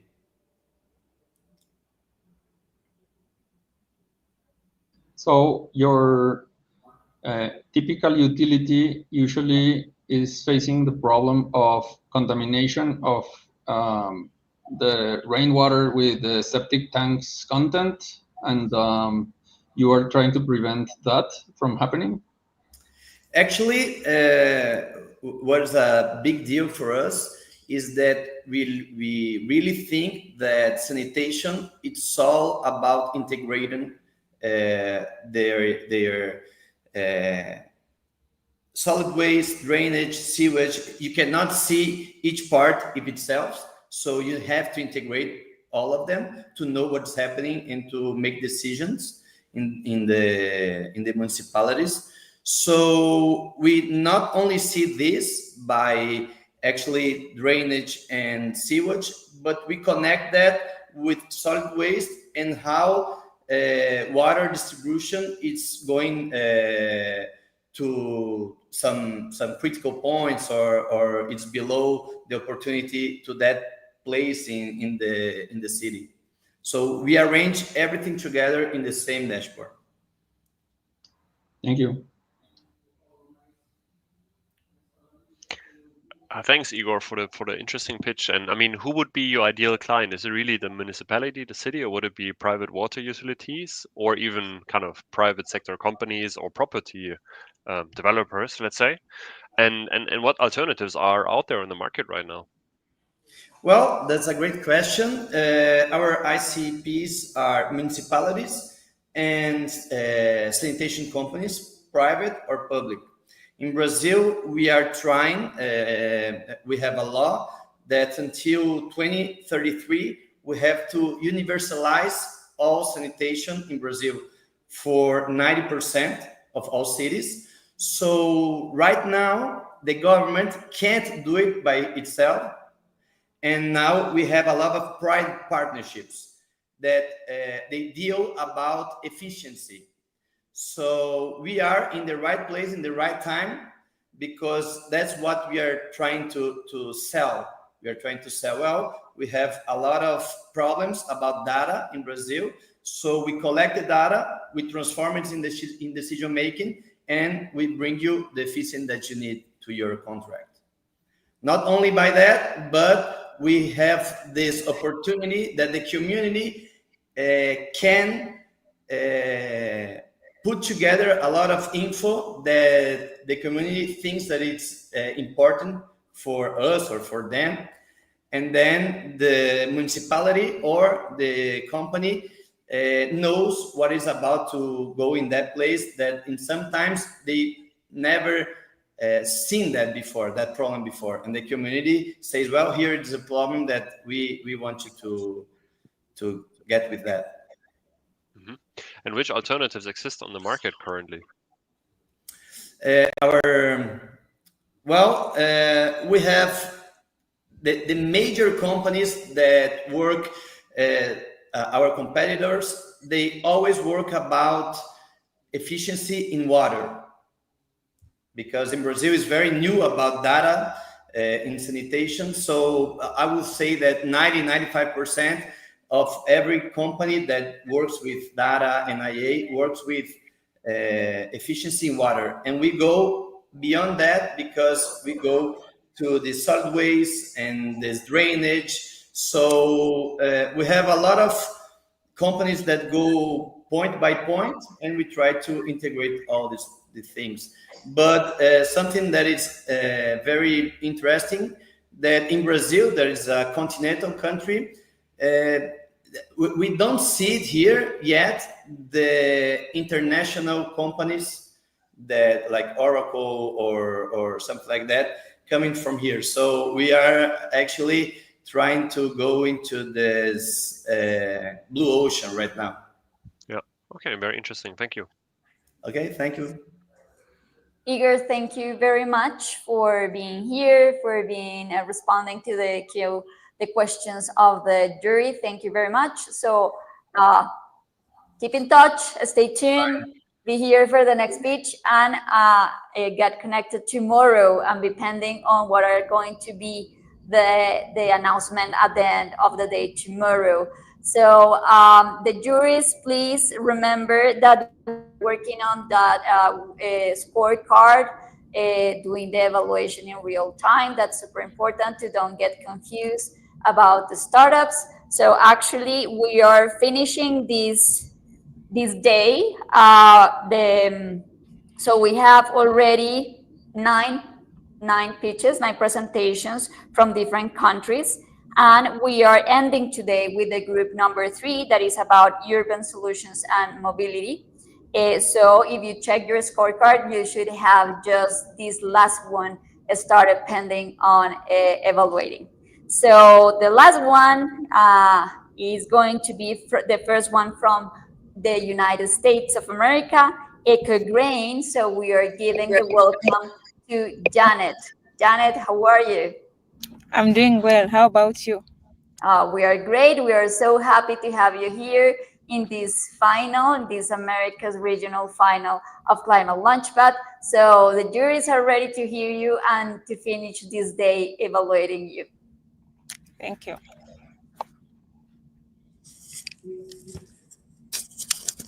Aviation accounts for 2.5% of the global CO2 emissions. Unlike cars, planes can't go electric. My name is Janet Namutebi, co-founder and CEO of EcoGrains. At EcoGrains, we are turning agriculture waste into sustainable aviation fuel known as SAF. Here's the deal. We produce low-carbon jet fuels at $6 per gallon. Our sustainable high-performance aviation fuel is a drop-in replacement that works in any existing aircraft engine without modifications. We are entering a fast-growing market driven by regulatory pressure. Looking at the numbers, it's projected to reach $57 billion by 2035. Our beachhead strategy focuses on airlines in the US that operate in states with clean energy incentives. Our customers need reliable SAF supplies to meet their 2030 carbon neutrality mandates. This is a $180 million market representing 30 million gallons of SAF annually. Looking at how we make our SAF, we use 2 abundant feedstocks: the distiller's grain from the ethanol production process and the oilseed cake from the vegetable oil production process. Our multi-strain E. coli aquaculture technology developed at Sandia National Labs enables us to transform these wastes into fusel alcohols, which further downstream into SAF meeting standard jet fuel specifications. This process delivers cost-effective production of SAF at scale due to high yield efficiency and the use of fusel alcohols with higher energy density than ethanol-derived fuels. In addition to this, we are repurposing waste from the ethanol and also vegetable oil industries, making these industries more circular. Our customer discovery validates urgent market need. An employee from Qatar Airlines emphasized the need of reliable SAF suppliers who can guarantee consistency, quality, and volume in addition to multiple certifications for easy compliance. An employee from the Anderson's plant also validated the thousands of scrap DGS from the ethanol production process that can't be used for food purposes. This is where our innovation like ours comes in. We create value by offsetting disposable costs while generating new revenue. While others promise SAF, we deliver SAF certainty while providing the key 4 advantages: proven technology, diversified feedstock security, financial transparency, and multi-certified SAF. With our fusel alcohol SAF, it's able to provide our customers with 43% higher total benefits compared to ethanol-based alternatives. Our business model is straightforward and profitable. We sell at 6 at a cost of 5, generating $1 of profit per gallon we sell. Targeting 23 customers from 150 airlines in the US, with each purchasing 300 gallons of SAF annually, we project 6.7 million gallons per year by 2035.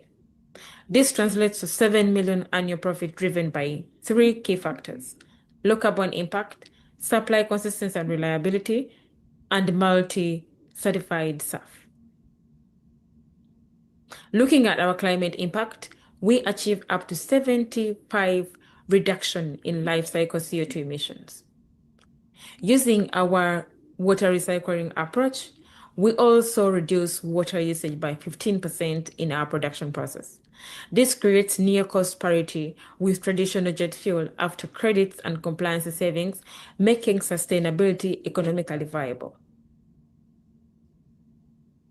Our team combines deep expertise with entrepreneurship experience. I bring innovation and product development expertise across the clean energy sector and the computer science and tech commercialization. Philip contributes serial founder experience in addition to his product sustainability and development experience.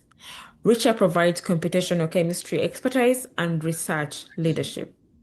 Our mission is simple: harness the hidden power of nature by transforming underutilized waste into low carbon, higher performance aviation fuels.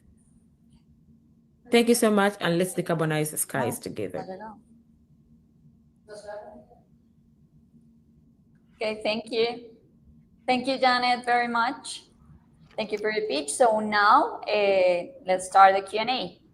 Congratulations, Janet. This is a great pitch and a very interesting idea. I wonder, where are your suppliers of grain waste located, and how's the logistics for getting from those suppliers until you have the end product?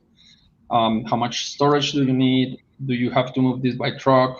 Is it moved via pipelines? Can you explain a little bit of what is the hardware in the ground that you need for this, and where are you going to source that from? Yeah, thank you so much. Actually, that's a great question. So currently, we are having our process scaled up at Sandia National Lab and Lawrence Berkeley Lab. So we are definitely incurring the costs of transferring, I would say, the waste from mainly the Midwest, but we also partnered with several ethanol plants in California, since we're pretty much early, we don't want to incur a lot of costs in transporting out of the waste, but just to understand how the different waste performs in our process. So we are literally like testing every other one. So at early stage, we are definitely incurring the costs.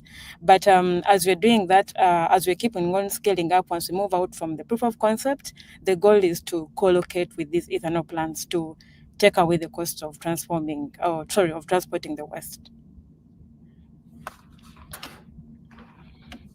And thanks, Janet, for the pitch. I think that's a very interesting one, and I would say also in an industry where a lot of players, a lot of alternatives are already moving. But I'm more curious. Like, I mean, how intensive or how tricky is it to get all the regulations, all the certificates, and so on, and also the confidence from the airplane like operators, right? I guess this question has been asked many times already. Yeah, probably. Definitely one of, I would say, the challenges, but I think they're navigable because it's highly regulated, like you mentioned. And the beauty about it is that they are regional. Like in the US, you have got to be able to at least certify with the SDM and then work with the FAA and then work with the OEMs. Those are like the engine manufacturers. That if you're able to certify those certifications, then you can be able to sell your fuels here. But then if you go to Europe, it's a different one. I think you have even to do that with coffee. And then so the goal is that I think it all resonates to one of what I think one of my interviews I had with most of the airlines. Like, because I think Qatar, they all emphasize Delta. They all like, honestly, if you can be able to meet all these certifications, it becomes easy for us to apply for the incentives.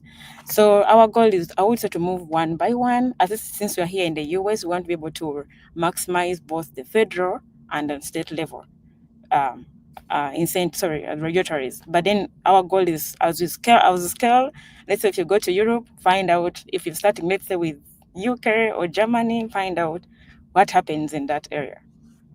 Okay, thank you. Thank you. Hi, Janet. Thank you for your pitch. I feel this is a bit of an earlier stage than what we've seen, and I really like what you're doing, but it's like a high risk, high return environment. So how are you foreseeing the fuel to withstand what you need in order to get everything in place and launch? And the second question would be, have you tested the waters? Have you sold anything, even just an MVP until now? That's actually a great question. So in terms of where we are, I would say technology readiness, if you're familiar with that, it's more about we are now on level 4. What that means, we've been able to have a proof of concept, but on a smaller scale. It was around 50 liters. And then we've been able to individually, usually solely break down the processes, right? From preparing the waste, fermenting it to the intermediaries, then doing the upstream, the downstream of the stuff. So now one of the things we are targeting for is to go for the bigger pilot on we're calling it a pilot scale up on a lab scale. So we're now targeting 300 liter scale and also integrate these processes to make sure we achieve the continuous instead of doing the batch fed. Because with continuous, you can be able to save a lot in terms of the resources you're also using.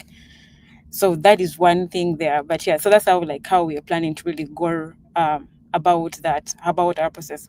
And the beautiful thing, last week we were able to win a grant from the US Department of Energy to help us do the scale up from 50 liters to 300 liter scale. So we are partnering with Lawrence Berkeley Lab and Sandia, and it's a $2 million grant.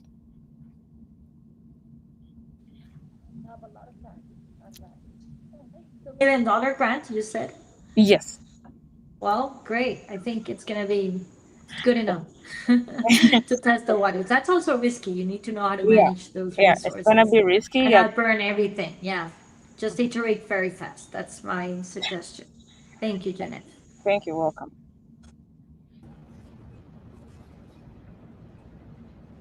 Okay, thank you, Janet. Thank you, jurors, for the pitch, for the presentation, and the dear jurors, thank you for your presence today and the way you connected with each pitch, the questions that you did. Of course, this is fundamental and essential to have your questions and your feedback for all the participants is super important. And please, if you want to keep in touch with some of the startups, of course, we can allow and we can help you to connect with the startups and the founders that you want. If you see any kind of opportunity to make a network, to make a connection, just let us know and we will facilitate the connection with them. So Janet, thank you very much. See you tomorrow with the rest of the USA team.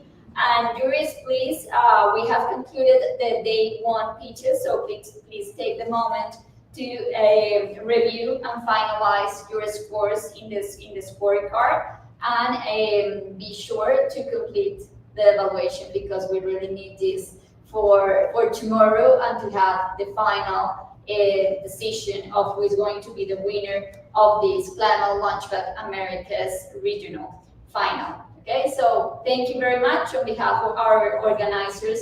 Thank you for accepting this invitation and for being part of the community that really and truly believes entrepreneurship can accelerate the system change our world needs in the upcoming decades. So Carolina, Christian, and Felipe, thank you so much, and talk with you later. Bye-bye. And please, you're leaving the stage, but please stay here and listen to Lina. Lina Tenerife is an amazing speaker. So just don't lose the keynote that we have from her. So Lina Tenerife is the actually right now in Medellin in a Latin Impacto event. So also an important organization of the ecosystem. So Lina, thank you for being here. And we are super happy to talk about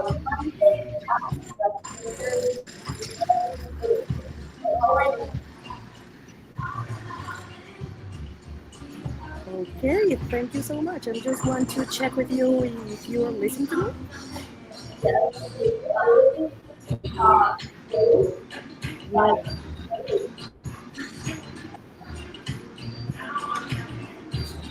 Okay, so hello everyone. Thank you for having me. And I want to start with a simple but profound question. What if the biggest infrastructure for change is not outside of us, but inside of us? When we think of infrastructure, we picture... Hello? I'm checking. Sound, Moni?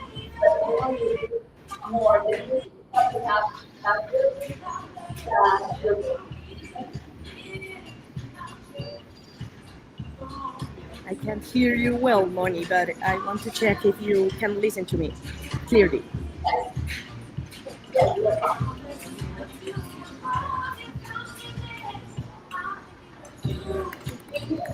Hello?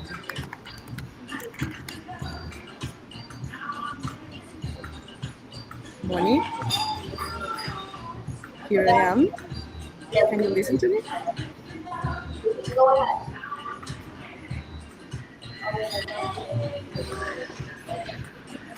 Okay, I think we have technical issues, but we can solve it. Amazing. So, Moni, I want to start this talk with a simple but profound question. What if the biggest infrastructure for change is not outside of us, but inside of us? When we think of infrastructure, we picture bridges, roads, technology, but today I want to invite you to consider something different, our mindset, as the true infrastructure that sustains leadership, creativity, and transformation. Let's start with a definition. Mindset is the set of beliefs, attitudes, and ways of thinking that shape how we perceive the world and how we act in it. It is the invisible architecture behind our decisions, and here's the key. Our mindset determines whether we lead from fear or from trust, from scarcity or from abundance, from survival or from evolution. So the challenges we face, like climate disruption, inequality, the erosion of trust, are not just technical, they are deeply relational and cultural. So the leadership we need today is not only about solving problems, it's all about cultivating these three things, like the viability, the ability to remain possible, to keep going even in uncertainty. The second one, vitality, because it is the energy, the passion, and health that sustain people and organizations, and capacity to evolve, the courage and flexibility to transform as context shift.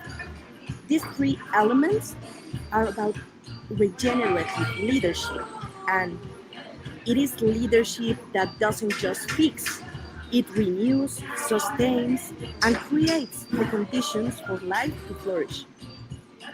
When I co-founded Territoria, we worked with grassroots organizations in Colombia who often felt invisible in a certain way. They didn't always have the resources, but they had something more powerful, trust from their communities.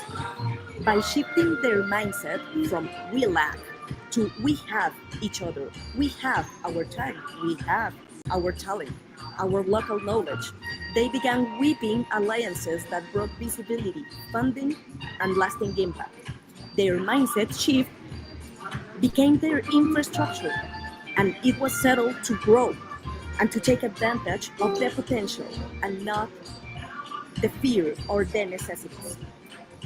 But there's the challenge most of our systems have. Our systems are rooted in a scarcity mindset. The first thing I learned in my economy degree was the concept of scarcity, the belief that there's never enough. Not enough money, not enough time, not enough recognition.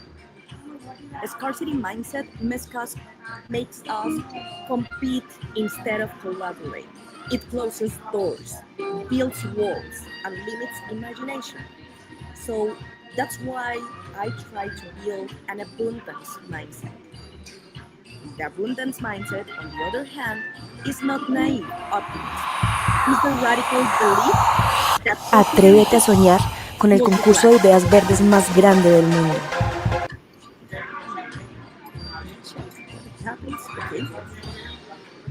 It is the radical belief that possibilities multiply when we connect, when we trust, when we share. So abundance is about shifting the question, what do I lack, to what can we create together? I am working with territorial foundations in Colombia, and I've seen how organizations rooted in trust can shift from scarcity to abundance. Many of them start by saying, oh, we don't have enough donors, we don't have enough visibility, we don't have enough investors. But these kind of organizations are not just fundraising entities. They are trust-based organizations deeply embedded in their communities. When we began mapping their relationships, like local leaders, businesses, schools, even informal community groups, they discovered a web of allies and champions already around them. By valuing trust as the main currency, they unlocked resources, ideas, and partnerships that no fundraising strategy alone could deliver. This is abundance in practice when organizations, when entrepreneurs lead from trust, they become bridges of possibility. So many people know the word fundraising, raising money, right? But what I want to share is another concept that gave me the opportunity to build from other side, and it's called friend raising. Raising trust, raising relationships. Friend raising is about seeing every connection as a seed of possibility. It's about cultivating authentic relationships where value is not transactional, but relational, transformational. So when we friend raise, we unlock creativity because ideas emerge in trust-filled spaces. We foster collaboration because people commit when they feel seen and valued, and we generate systemic impact because collective actions becomes possible. As chair of Make-A-Wish Colombia, I've seen this in action. People don't join because of a financial transaction. They join because of trust, because of shared humanity. When a child wish is fulfilled, it's not just the family who feels transformed, it's the volunteers, the partners, the entire network, that friend-raising impact that grows out of trust. So how we can strengthen this inner infrastructure of mindset? I have three simple practices. The first one is post-reset. Leadership begins inside, a moment of silence, reflection, or gratitude. Each day rebuilds clarity. I do this before big decisions to remind myself, what is the bigger picture? The second one is choose connection over competition. When facing a challenge, ask, who can I partner with instead of how can I do this alone? In Territoria, partnerships turn small local initiatives into regional movements. And the third one is trust the invisible. Not every seed grows immediately, but trust that you invest in people, in relationships, in generosity will bloom. Years later, many of my early alliances still came to me to co-create new projects. Seeds planted in trust never die. So if our mindset is the infrastructure that even though every relationship, every choice is part of the architecture of the future. So I leave you with this invitation. Live in a way that keeps you viable, sustains your vitality, and grows your capacity to evolve. Shift from scarcity to abundance, from competition to connection, from fear to trust. Because when we regenerate our mindset, we regenerate our organizations, our communities, and ultimately our planet. So thank you so much for having me. I am so happy to share a little bit of this wisdom, and I hope to see the outcomes of this amazing competition. So CleanTech Hub, Moni, and all the team, thank you for having me, and see you next time. Thank you, Lina. I love it. And I don't know how many people in this audience have heard about that concept of regeneration. Of course, you were the first person I know that you have that intellectual property of that concept because it's absolutely amazing. And something that amazed me and makes me really happy to end this first day with Lina and connecting with Carlos is that both of them are inviting all entrepreneurs to check on their mindset, right? So Lina talked to us as mindset being the infrastructure, right? Like the base of whatever you are doing. And that connects perfectly with what we were talking with Carlos, like saying, like, you know, the way that we want to show the future of a business is based on the mindset that we see and perceive on the founders, on the entrepreneurs. So I really like some points that Lina mentioned. Some of those were make the bigger questions. Don't think about who are your competitors. Maybe you go through that questions or with who am I willing to work with? With whom can I join, strengthen forces, like do a joint venture to make this bigger?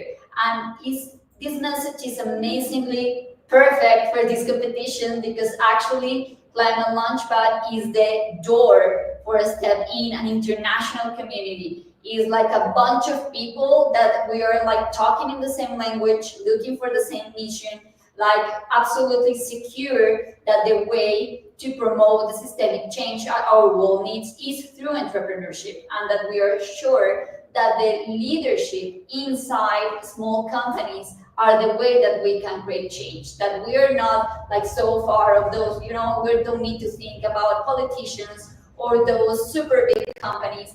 Is everything started from the heart, right? From the purpose-driving initiatives that all of the founders, all the entrepreneurs that we have been seeing here in this day one, actually we saw 10, they have that, right? They have those purpose-driven that they wanted to make that big questions. But Lina, I think that I wanted to ask you, you talked about trust, you talked about generosity. And sometimes when you are in this stage, this early stage of the startups where you are like super, you have so many pressure of going outside and sell, you know, because of course we want to have economical, viable and sustainable companies.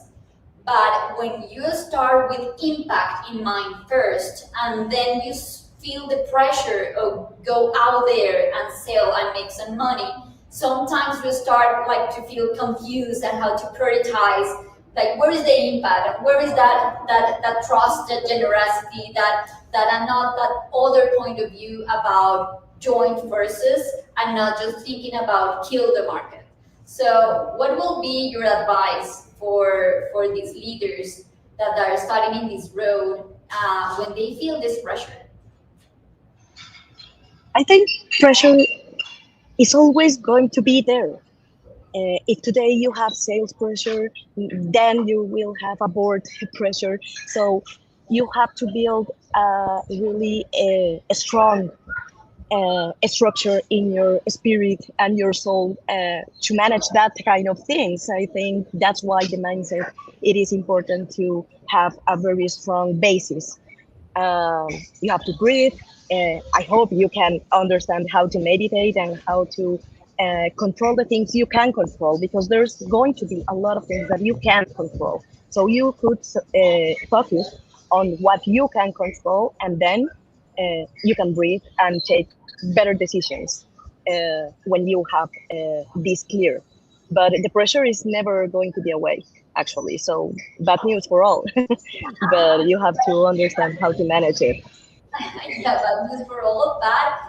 You mentioned something that is important because it's the way that you manage that pressure, and something that I want to highlight of what you just mentioned is what you are capable to control, right? And that's something that also is amazing how connect with the conversation with Carlos Serrano an hour ago or something like that, is that just focus on what you have. Just focus in the things that are in your space. Like, also something that I was talking with someone last week, we were talking about the macro reality and the micro reality. And we are in Latin America and in the complete continent of America, we're struggling with a lot of things, right? And the context and the environment actually for be a new business woman, a businessman, is kind of calculus and it's kind of difficult. We are in an economic moment that is not so easy. Impact actually is not anymore in the highlights of the news, especially climate. So yeah, it's a little bit scary, right? But if we allow ourselves to receive that pressure from the outside, it's going to kill our entrepreneurial process. But if we start like following your advice, like read and know how to deal with it and have those internal processes and build that micro reality, is going actually to allow the founders and entrepreneurs to have more strategies and more tools and capabilities and skills to go through those processes of pressure. So Lina, you also mentioned scarcity and abundance. Why? Like, why you are starting to talk about, those kind of the same thing in a different point of orbit, right? Scarcity and abundance. So what do you feel that right now in the ecosystem, we are more in what part of that orbit of abundance of scarcity?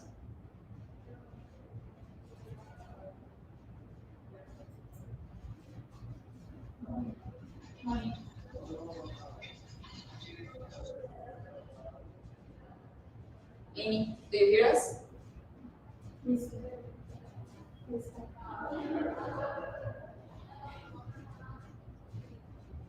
No me oyes. Okay, I think that we lost contact with Lina. No me oye. Moni, I am losing you a little bit. Okay, I think that we have issues with the microphone. Do you hear me there better? A little far?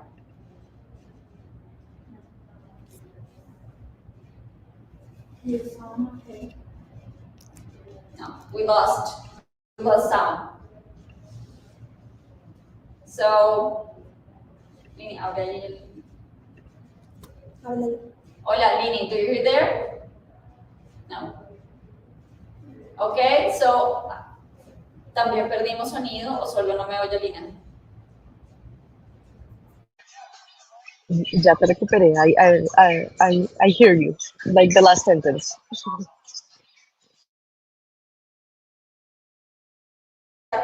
Lini, sorry. I'm so sorry we had these technical issues with Lina. Unfortunately, we couldn't go through the last question, but I'm sorry, Lina. Lina's amazing. Okay, And I really want to highlight this concept that her brings, that is friend raiser, and the willing and the purpose of look for joint forces and to build a stronger community to approach the mission that we want to accomplish. And this is the end of the day one of ClimateLaunchpad Americas Regional Final. So to our founders, thank you for your courage, your clarity, and the hard work that got you here. To our jurors, your questions and feedbacks sharpen every idea. Thank you. We are grateful for your time and expertise. And to our keynote speakers, mentors, trainers, and the production crew, thank you for making this journey possible. Also, I want to give thanks to our co-host, Cámara Verde, and of course, Holland House, that make it possible to have this fantastic space to do this broadcasting.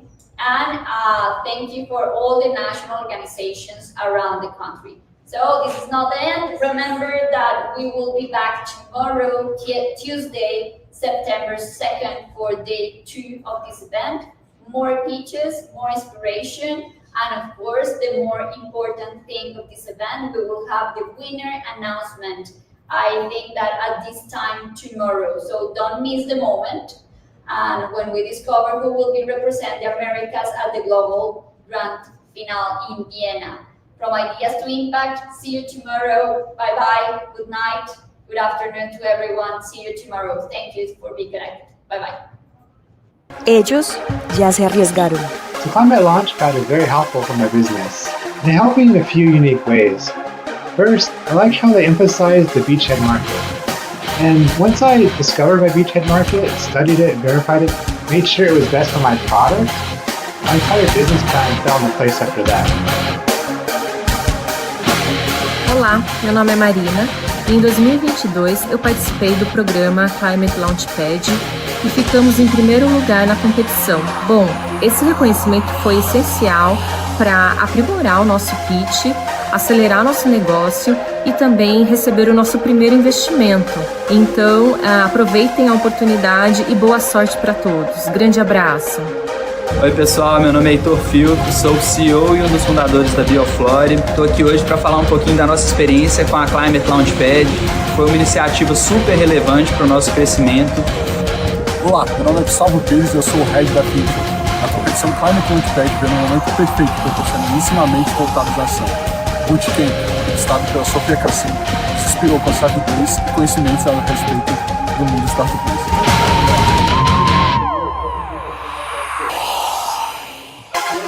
Hi, my name is Felix Santamaria. I just want to thank the whole Warm Argentina and ClimateLaunchpad team in representation of Power Cup, our project and startup.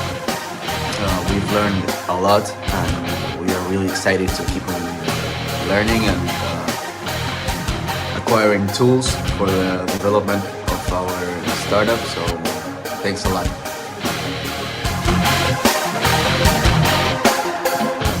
Hello, my name is Gonzalo Martinez. And I am Fernando Gisi. And we are Agro Syntex. Hi, I am Inez. I am the founder, CEO and CTO of Gold Waste Walls, a crypto robot startup to waste sorting. And thanks to Warm, Facu, Mel, and Israel. Hello everyone, this is Gonzalo Pulta here, CPO and co-founder of Protigo. A huge thank you for Climate Geek and to Warm Argentina for making the program, for the mentorships and for giving us this amazing opportunity. Let's keep growing and let's keep following sustainability.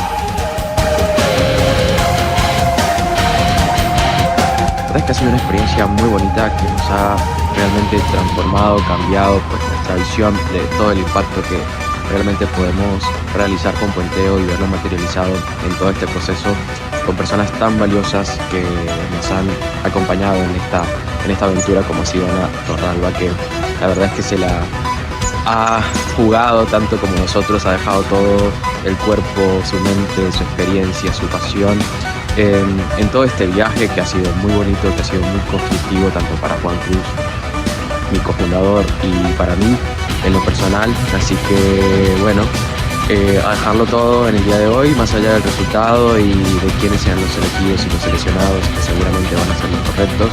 Queremos estar ahí porque lo hemos dejado también todo en todo este proceso. Así que nada, especialmente agradecer a todo lo que hemos recibido, a todo el valor que nos ha acompañado en todo este proceso. Y nada, agradecer muchísimo todo lo que hemos capitalizado en todo este tiempo. Y gracias a dejarlo todo en el día de hoy.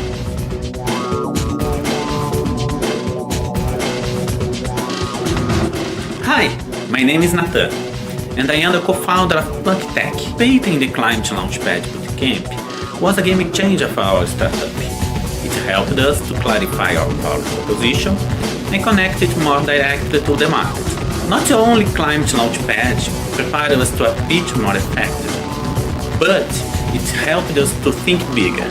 Comparto mi experiencia, que ha sido muy agradable, en especial por el acompañamiento personalizado de la mentora y también de los recursos disponibles que como emprendedores tenemos para afinar cada uno de los detalles de nuestra propuesta.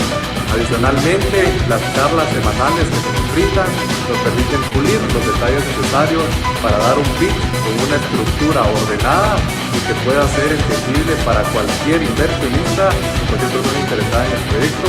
Así que mi experiencia ha sido muy grata, pues cada sesión es información nueva que me permite afinar los detalles de mi propuesta. Muchas gracias. Olá, meu nome é Ariel Kozlovski, eu sou sócio fundador da Maricultura Regenerativa. Com relação ao ClimateLaunchpad em 2022, foi uma experiência muito enriquecedora para a gente. Uma das coisas que me chamou bastante atenção foi a remodelagem e planejamento estratégico de negócio. O nosso mentor também nos ajudou com networking e por conta dele a gente conseguiu um dos primeiros clientes B2B. Então acredito que vale muito a pena investir tempo, esforço e olhar seu negócio de uma forma diferente, tentando sempre maximizar o impacto ambiental e também conseguir fazer dinheiro para escalar o próprio negócio e consequentemente aumentar o impacto. Obrigado, boa sorte.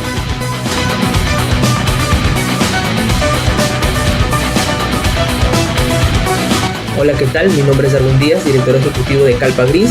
Estamos muy agradecidos de poder pertenecer al programa de ClimateLaunchpad. A continuación los dejaré con Walter Viera Soto, nuestro CTO, que hablará un poco más de nuestra experiencia dentro del programa. Muchas gracias. Hoy no solo tenemos un proyecto más sólido, sino también tenemos una visión mucho más clara de cómo poder escalar nuestro impacto. Entramos al programa con una sola idea clara, sin embargo con muchas interrogantes.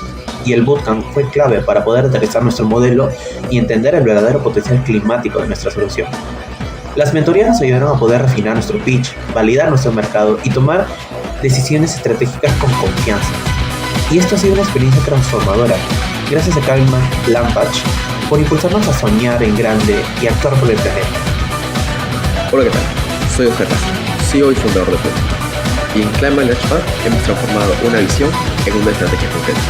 Gracias al programa hemos recibido un acompañamiento estratégico, así como mentorías, que nos han brindado mayor claridad, enfoque y una narrativa mucho más sólida para poder presentar nuestras ideas.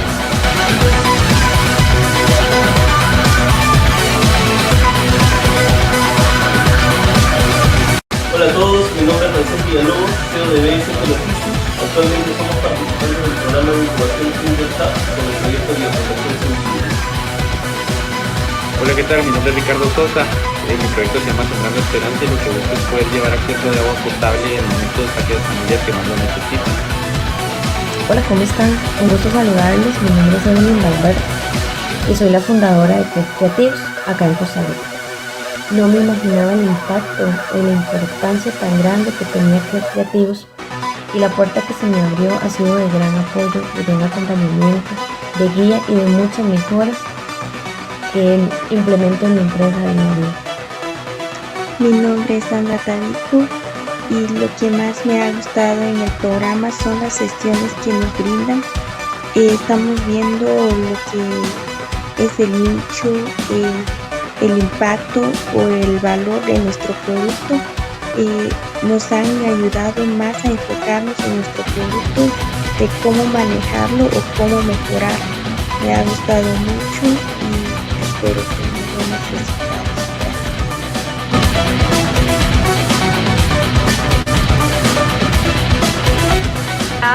Soy Yesenia Catherine Percalife, soy del equipo Earth y definitivamente el programa ClimateLaunchpad 2025 ha sido una experiencia transformadora, resaltando las mentorías personalizadas que nos han guiado paso a paso a cómo también enfocarnos en nuestra solución y también a ver oportunidades donde no las habíamos considerado.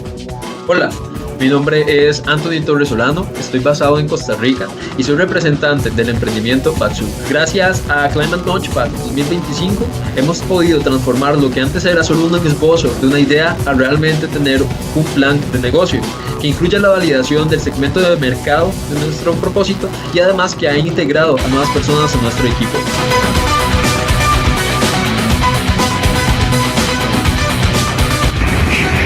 Tomorrow we are participating of the final of ClimateLaunchpad, so we invite you to follow us to see the result. Oigan, yo quiero contarles lo chévere que ha sido el proceso en CLP, en el ClimateLaunchpad de ClimateTech Hub. Ha sido una experiencia súper enriquecedora y con un montón de ayudas para impulsar el emprendimiento.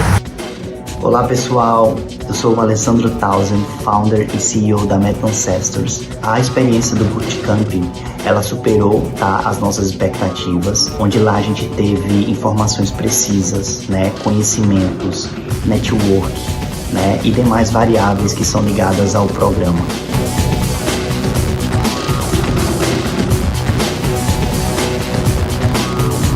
Hi everyone, this is Thales from Carbonova and I just finished the ClimateLaunchpad Bootcamp here in Brazil. Well, the Bootcamp was transformative. Sofia Cassimo guided us through how to turn climate ideas into scalable business, and it really pushed me to refine Carbonova's mission, which is using AI and data to help companies measure, reduce and monetize their emissions. You know, this experience opened my eyes to new opportunities in the carbon market and the global potential of Brazilian climate tech.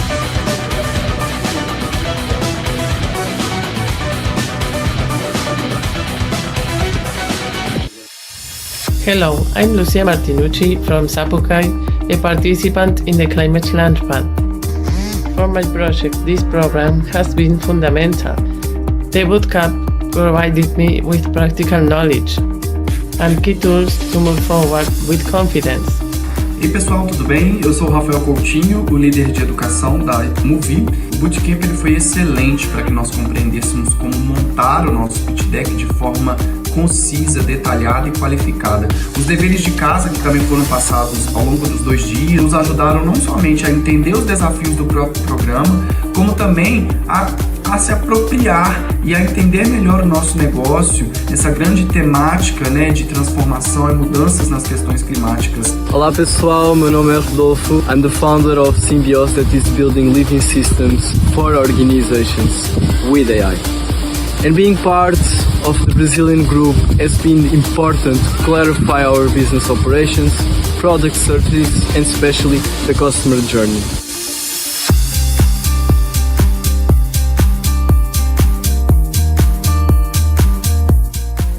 Hola, soy Laura, de Bosques Urbanos. Cuando me enteré de la convocatoria del ClimateLaunchpad, aproveché el minicurso que ofrecían para presentar ideas y haciendo ese minicurso me di cuenta de que no tenía una idea, sino muchas. Terminé presentando 7 ideas al concurso, guiada por ese minicurso que estuvo muy interesante, en particular lo que es la segmentación de clientes. Gracias por la oportunidad.